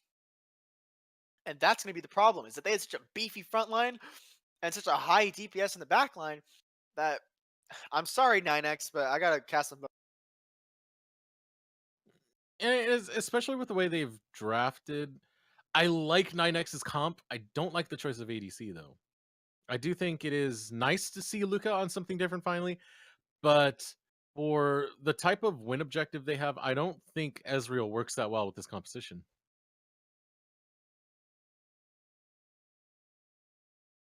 Meanwhile, we look at Twitch and hell yeah, that works. Well, Hell yeah, yeah, that's gonna work. I don't know. I agree with you. I think Ezreal is kind of iffy here because especially since the front line is so strong, his skill shots just be blocked by tanks all the time. And I don't know. And I mean, we casted Luca out last game, and he surprised us both with the amount of carry potential that he started to show. So I don't want to throw him down to the dumps just yet. I want to see how he plays. It depends. Are we gonna get past 30 minutes? If not, Luke is horrible. If yes, he's actually a god. That's it well, right there. That 30-minute switch from trash to god. well, with Ezreal, it's not quite as difficult in lane because you actually arguably have at the same amount or poke potential than Caitlyn does with the constant Qs. Assuming they land. Well, you're right. Yes, you have to remember this is high elos, so people are pretty good at adopting skill shots. I mean, unless you're free Wi-Fi for like the past 3 games. Ouch. Oh, sorry, I gotta throw a little bit of shade. I felt that flame from, but I mean, free Wi-Fi. Take that, Tom Kench. I mean, I said a lot about Henlo's team comp, but analyzing 9x's team comp, I mean, you can see that there's a lot of appeal and a lot of frontline. I mean, you do have the Warwick, you do have the Shen, you do have the Tom Kench. They're all strong front lines, and you do have the strong back line. But the difference is that why I think that Henlo will win as opposed to 9x is because the Alistar can get onto the back line, and the Skarner, especially if he takes Predator, which I am 90% guessing he will, is going to be able to also get on the back line because he's just gonna Predator around the back and he's gonna pull him out in the you know, if he goes balls deep, he might just go straight down the front and pull. And that's all it's going to take for somebody in the back line to die. Is getting caught out by one of those champions. And even Ornn, I mean, Ornn can't get onto the back line, but he doesn't need to because his ult goes through the back line. You know, why do you need to get onto them if you can just ult the 80 carry from a mile away? Yeah. And that's why I think Henlo will win as opposed to 9x, is because 9x has this team comp that is looking pretty much the same as Henlo's. Differences is that they don't have any real way to get on, and Henlo has viable methods to get onto Rise and Ezreal. Oh, I don't know. There's so many variables in this game right now. Especially the biggest one is how are they going to do with Fear My Croc put on jungle and our new guy, Torty B, thrown in the top lane. To take a little bit of time to analyze Torty B, he's a Plat 2 player, and his most played champion is Ornn, which was taken by Monsuno. After that, somewhere down towards his 7th played, is Shen, and that is a 33% win rate when it comes to ranked games with 1.92 KDA. So it's one of those variables that has me kind of worried even more for 9X than I was just by the draft. Um, it also depends on how well Fear My Croc actually plays from the jungle. Does he have more presence than uh, what was his name? Godwolf? Than Wolf God does? Wolf God, yeah. Wolf God, there we go. Yeah, if he has more presence than him, it could be a completely different dynamic that this team's been looking for. As I said, that's all speculation. There's way too many variables in this, but the one constant is that Henlo at some point of the game will look really good. The question is, if 9X grab a lead, can they hold on to it and prevent that from happening? I'm going to have to give it to Henlo, though, because I do think they're going to find a way to just tear apart this game at one very critical point. Right. And I was thinking about this earlier, and I think it's important to say it now. Is that we were talking about Lucas Caitlyn and how that champion fills like a very small niche of AD carries. Like she's very good at taking towers. She's very good at like ranged attacks, but she's like very immobile. You know, very reliant on her 3-item power spike. Now we saw what Luca did when his Caitlyn was gone. He picked Ezreal. Now I think personally that might have been a slight mistake on his part. Like I don't know how good his Ezreal is. I can't judge that, but I think that he would have been better off picking a different kind of AD that fulfills more roles than Caitlyn or Ezreal. Like, I think in this team comp, Tristana might have been better. I think Varus would have been better, honestly, because Varus is more of that kind of hyper carry that 9X needs in that team comp to try to Oh, fight a yeah. Twitch. To try to fight a Twitch. Like, Ezreal is more harass AD carry. You need, like, somebody with that high, really high sustained damage. And you don't get that from Ezreal. Yeah, I completely agree with you on that. Varus would have been outstandingly better. The only question is, would it have been better on Luca? Like for the Right. composition, it works, but Luca does seem like someone who early on does have slight positioning problems. It takes that late game that we saw for him to just be able to pop off on the back line. Now, what if you take away that range and then insert this Varus Tom Kench into the bot lane? It's really hard to say if the Varus would have been better. Composition wise, yes, but on Luca, that's the part I'm afraid of. And that's why I was recommending Tristana, because I think Tristana kind of has more along the lines of the best of both worlds. Like she has really good uh tower taking abilities. She chunks them really fast, and she also gets that range throughout the game, which if we know Luca, we know he gets better late game anyway. So why not pick a champion who also gets better late game? You Yeah. know, with the passive range increase, that's just gonna put him right on par with Caitlyn. Yeah, I completely feel it with that one. It's iffy. It's gonna be the first time we've seen him on this Ezreal, so maybe we're shutting him down too soon. Maybe he's about to shut us up and put on a clinic. But until we get into this game, we're not gonna find out. As we do start the laning phase, game 4, 9X versus Henlo. For those watching in the chat, let us know who you think is gonna win. Will it be the reverse sweep? Ooh. I mean, Or already in the bot lane, we see that Lucas is putting out those Qs. Already he's landing them harassing. pretty cleanly, and that's exactly what he needs if he wants to dominate this lane, especially if you bully out an Alistair early. Yeah. Meanwhile, And they're going to get... Wow. Oh, Doxa going hard. Yeah, that's the kind of pressure that's hard to deal with. Once Cassiopeia gets her fangs in you, it's very hard to get her to stop.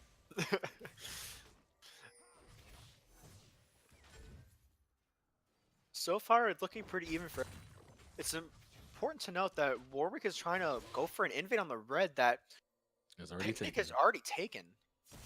But if you look at the clear, Picnic has already taken his... Like, went for level 3 clear, and but Fear My Croc didn't. He looks like he actually maybe had taken his Grom. and then his blue, and then decides to go invade his red. When in reality, we all know that most junglers go for level 3 anyway. So I think that might have just been a waste of time. But it does look like they're looking to pincer onto Picnic. Picnic running straight towards that bot lane.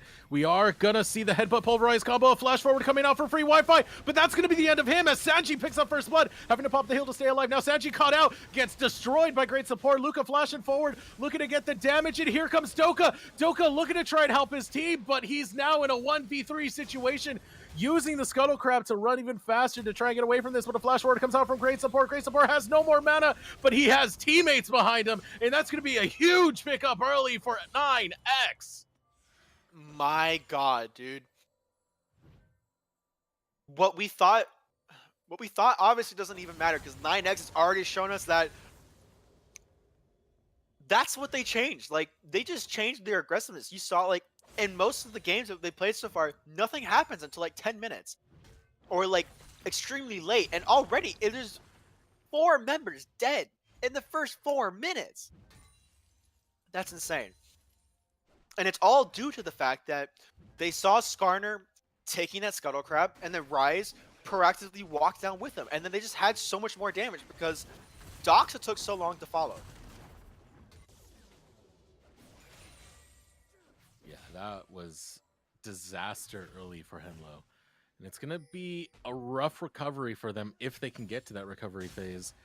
A lot of that money did go on to Luca, though. So Luca looking to try and hit that spike that we saw in the last game. Yeah, well, Luca. Okay. Did I miss something? No, I mean, if you're looking at Rise as opposed to Luca, I mean, Rise bought a tier. Luca bought a pickaxe as well, so almost already finishes mana. But Rise, I mean, he's got his tier and his catalyst. That's huge. And as soon as he gets his Roa, I mean, he's just gonna stacking towards mid game power spike that we all know Rise is famous for.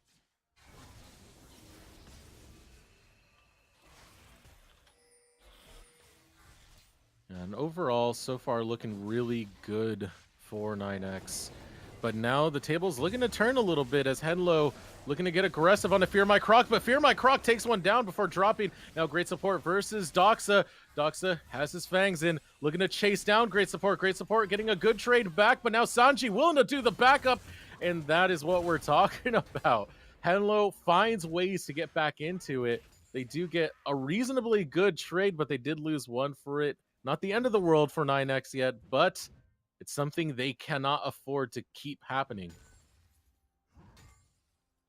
It's also pretty important to see that Cassiopeia bought a Dark Seal, and it already has 4 stacks on it. Giving her free AP like that is not what you want. It is spicy. That's what it is. And instantly trying to catch up, and there we go again, once again with the pressure in the bot lane, forcing the flash out of It's the Afternoon, all because he had those stacks up, was about to get eaten, wise to burn that flash.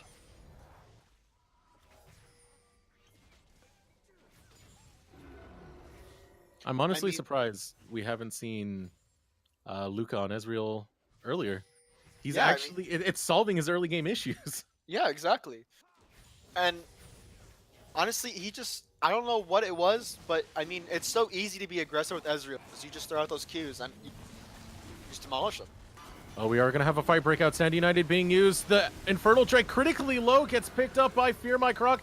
Meanwhile, we do have a kill picked up onto Great Support. Great Support does go down the fight, going back and forth. Fear My Croc able to take down It's the Afternoon, but still Sanji's been uncontested largely in this as he picks up a triple kill. Now Luca running away from Doxa. Doxa getting so much damage onto Luca. Luca cannot trade this, having to flash, but why? As it was far too late, and that is a huge pickup for Henlo as they look to dive onto Torty B. Not going to be able to pick that up, but still, they managed to fight from behind.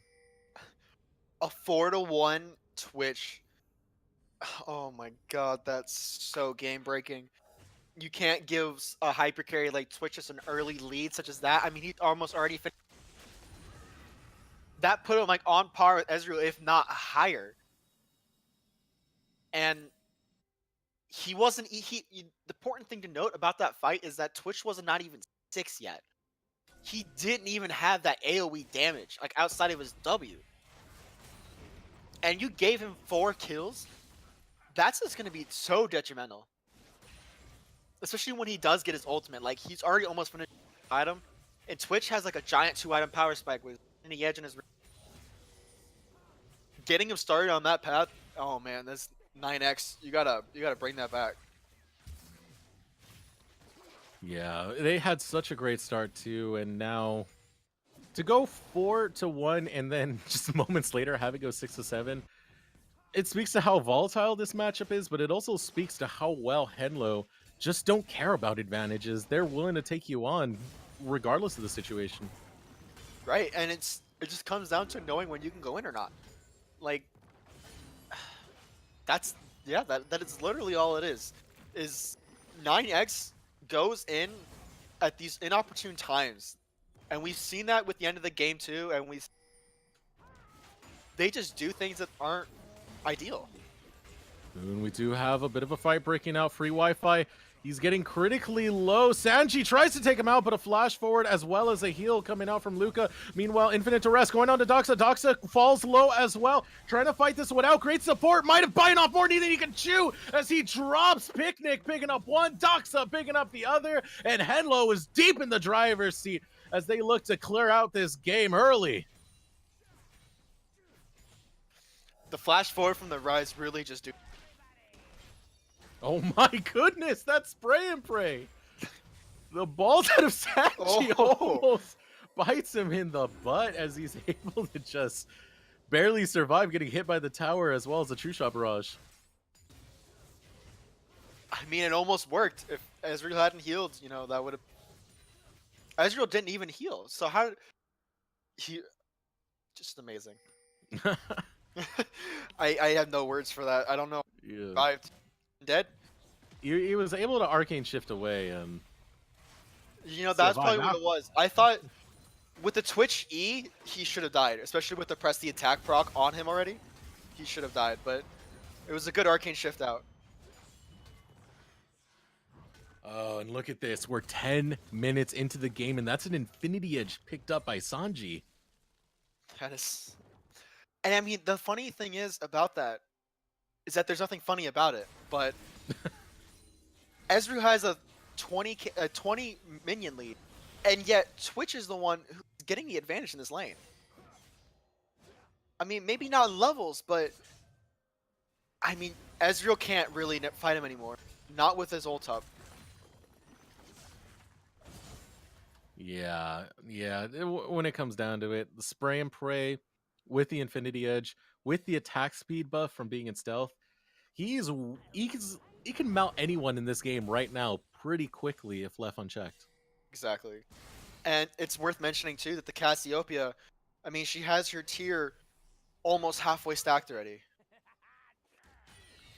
Oh, Halfway stacked tier, fully stacked Dark Seal, and she's 4-1 with a what is that? A 20 CS lead on the Rise? Like, this game's falling apart very quickly. Yeah, and that's what we're talking about. Once Henlo stopped doing the disrespect, they could just conquer so quickly.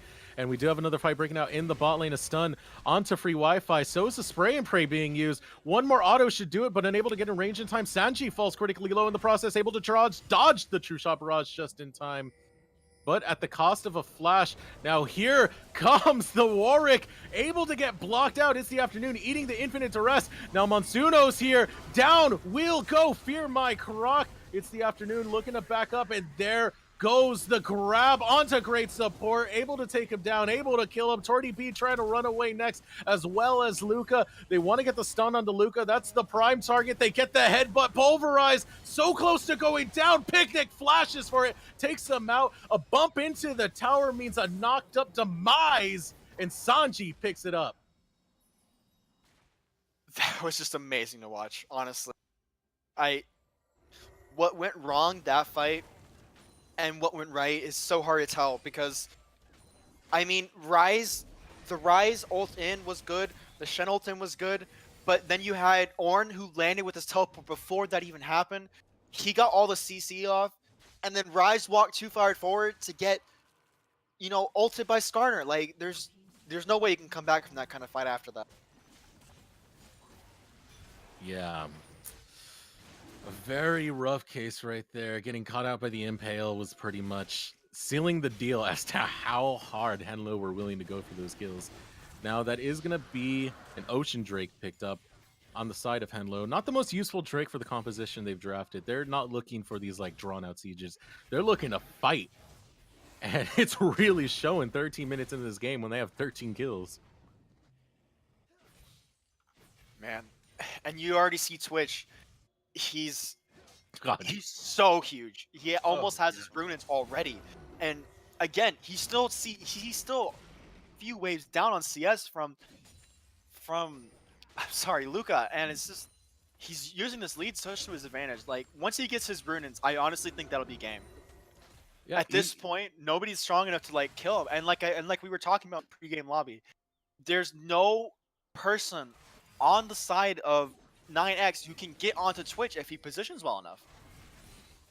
Yeah, especially with the pill that they have. And we're talking before, yeah. Luca's ahead in CS. Doesn't even matter. We are going to see the Impale. Nope. Able to snare just in time. But going back to that thought, there is almost 2K that separates the ADCs right now. Being behind in CS doesn't mean crap when you're just this good at picking off people, but it does mean it when there's 3 people alone on you. As the caster curse kicks in for Sanji. We were just talking about he can't be killed unless he's caught out of position. And, well, look at where he died. He's totally out of position. There's no reason he should have gone through the turret to get to the other side. He should have just stayed with this team. Or on the flip side, his team should have just stayed with him. But in all, that was just a really bad positioning mistake. Really bad communication. Yeah, bad mistake, and they still get a tower for it. That's how ahead Henlo is at the moment. And once again, Picnic, deep behind enemy lines, doesn't really care. Establish as much vision as possible and look to close this one out early. And the interesting thing to note is that Torty B, he's playing Shen, he's trying to split push, which is all fine and dandy, but if you don't have a Tiamat, what's the point? You have basically no wave clear, and especially since you didn't buy his Sunfire cape. Yeah, his build actually makes no sense with what he's doing, but we do see the ultimate coming out. Monsuno looking to take out Torty B before he falls. Is going to get enough damage. One more auto should do it. That's going to be a kill. Matsuno gets one despite going down, and that's a decent trade for him. Yeah, and it's not what you want to see in the Shen. My thinking is that the Shen is trying to build into an... That would make a lot of sense with the Cassiopeia, and with Ornn's W, it also makes a lot of sense, but as the first item, you really think makes no sense. You really think it's a priority? No. Yeah. Especially if he wants to be split pushing like he was. Like, there's no point in building an Abyssal if you're not going to be fighting the person who does the damage. Yeah, you either need the Cinder or you need the Tiamat. Because if you're going to do the split push, that's what Shen, that's a Shen tool right there. Exactly. And you have no wave clear aside from that. Like, you can queue the minions all you want, but you still have to individually auto all of them. It's going to take you time. And time is what you don't have when you're split pushing. And time is what you don't have when you're against Henlo, too, because just look what time's doing to this match at 8:14, and this gold lead, 6K, 16 minutes into the game. There's no words for that. It's just... They need to bring back this game, and they don't know how to do it. And honestly, I think the only way they can do it is just catching Henlo out of position. I mean, and even that is so rough, because nobody... Except for the Tahm Kench, he has a basic sweeping lens. He doesn't even have an aura. They don't have a way to control all of this vision inside of our 9X's jungle. So they can't even be caught out because they know exactly where they're going. Meanwhile, on the flip side, you see 9X has practically no wards whatsoever. They have, what, a control ward in their bot jungle and a couple of wards in the top, and that's it. Ooh, that was beautiful from Fear My Croc. Able to get the Fear off just in time. They are going to pick off Doxa. Doxa playing it really well, though. Almost able to take out Fear My Croc in the process. But that's something I was about to point out. You were saying they need to catch people out. And turns out that's what their comp's actually pretty good at, actually. It's not going to work out too well for great support as he's in a bad position. Now Luca almost caught out as well. But having having the Abyssal Voyage and as well as the Realm Warp, it makes it really good for those pick situations, but they're also resources that have to be used very delicately, because if you overcommit, you give up towers, and that's what we're kind of seeing right here as an inhibitor tower goes down 18 minutes into the game. See, it's not, that wasn't even overcommitting. The bot lane was sitting top for no reason. Yeah. And that was a turn of events that came from that initial kill in the top lane where they went after Doxa. And then on the flip side here, you see that 9X rotated far better than the Skarner did, who was keeping bot lane top. And you know, I was just criticizing it, and then I had to eat my own words when it ends up being more beneficial for them.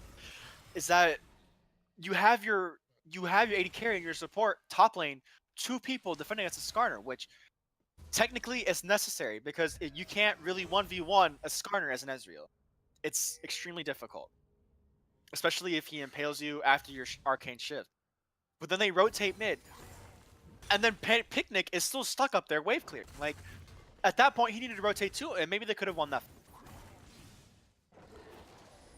To change the subject a little bit, I just got to appreciate the fact that Luca respawned on Fountain, shot his True Shot barrage at minions, and waited on Fountain just so he could get a longsword for it.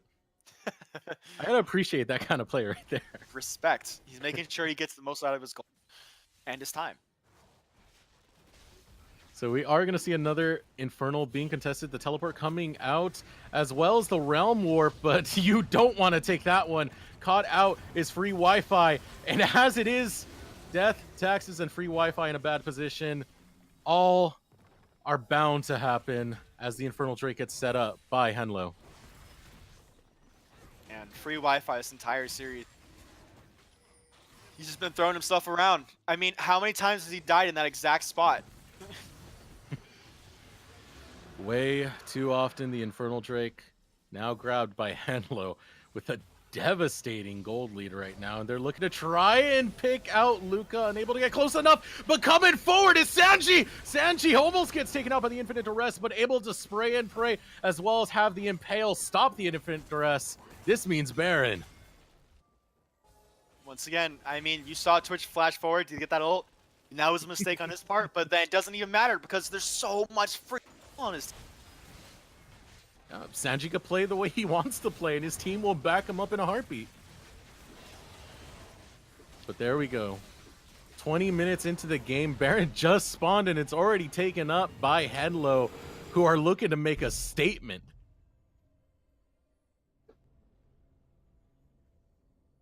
It's interesting to note that Cassiopeia decided to go the Abyssal Mask. Now, I'm not quite sure what the range is on it, but I would think that it's at 350. Yeah, 325. Sorry. Is that not out of the range of her fangs? That is a very good question. Because at that point, if it's out of the range of your fangs, is it even important anymore? Cassiopeia is pretty sticky in terms of being like very stutter step, get really close type thing. The Fang range, however, is a 700, so yeah, has to be half of that. So at that point, it's more for the magic resist, but is that even necessary with just a rise and a little bit of a Shen? Like, again, I don't think that the Abyssal Mask needs to be one of those rushed items. I mean, he's going for a Leandri's, which I think would have been a much better second item. And here we go, a flash forward, and Impaled is great support as he's looking to get dropped into the ground. There we go again, another inhibitor destroyed, another turret destroyed, excuse me. But Doxa looking to take out Fear My Croc. Torty B deep into no man's land. Picnic picks up that one, and they're chasing everyone as they look to make their way through the base and get into the next stage of this playoffs as they take down the inhibitor and set their eyes onto the Nexus towers. But now Doxa almost gets taken out, having used the Seraph's Embrace to stay alive a little bit longer, and he takes down Luca as well. As great support getting melted. That's gonna be the ace. That's gonna be the game. That's gonna be the series as Henlo cleans this up. 22 minutes into the game, 3-1. I have to say, a valiant effort by 9X. we were anticipating a 3-0 sweep, and they proved us wrong there. So that's something that you can have to your name, is saying that we didn't get cleaned up. We fought. They did do their best to fight, and a valiant effort it was, especially with some of the games. First game, you had the straight up stomp. Second game, it looked like they had it. Third game, they managed to get a victory, and then fourth game, it just all went to heck as Henlo pretty much the VTech was kicking in with that one. Yeah, and it was that early lead on their carries. Like Cass was 4-1, Twitch was I don't remember quite exactly what it was, but I think he was 4-1 as well, and it just oh my. It just resulted in so much. And you know what the thing of this is that Henlo won that team fight without Twitch. Like he wasn't even there, and two members of 9X had died already. That's how behind they were. And that's just because Doxa was there DPSing and nobody could get onto him. It was just a peel team comp.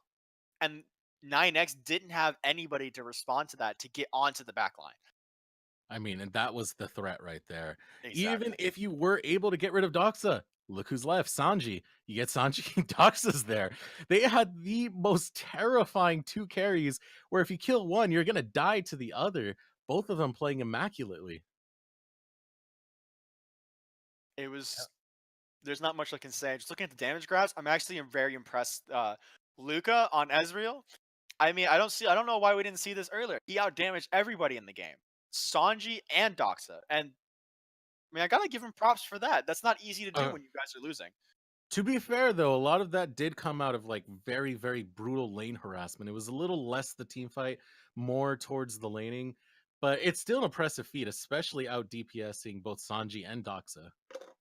Right. And I mean, like I said, I think that if he had gotten Ezreal in one of the earlier games, it might have gone differently. But we didn't see him until he was literally forced to play something else other than Caitlyn. Yeah. On that note, if we could have an MVP, who do you think would be it? For Henlo, or I mean, is there really a contest? I think Doxa was the MVP. I mean, in close second, I would say Sanji for sure, because in that game the jungler was a little bit more relevant. We saw a lot more play with that. The support, I mean, I always have to give credit to support for helping the AD carry get where he is, but at the very end of the day, Sanji and Doxa were the things happen, and I think Doxa did so a little bit more than Sanji, so that's my vote for that. Okay, I got to give it to Doxa too. The dude was absolutely amazing. The first two games carried brutal play style coming out of him as he just really outshined the entirety of 9X for those two games. But when it comes down to it, he's just on a whole different level. He's a beast, and you got to give him credit for it. But if you had to give me a second place, you did say Sanchi. I would go with It's the Afternoon, actually. Some of the plays he made, they were so beautiful. Like, he pulled off some really good play. Like, in game one, was it game one? No, game two, where he had the Tarek flash forward to set up one of the most beautiful comebacks I've ever seen. The dude plays well and didn't get as much credit as he deserved. I think you'd be number two in my eyes.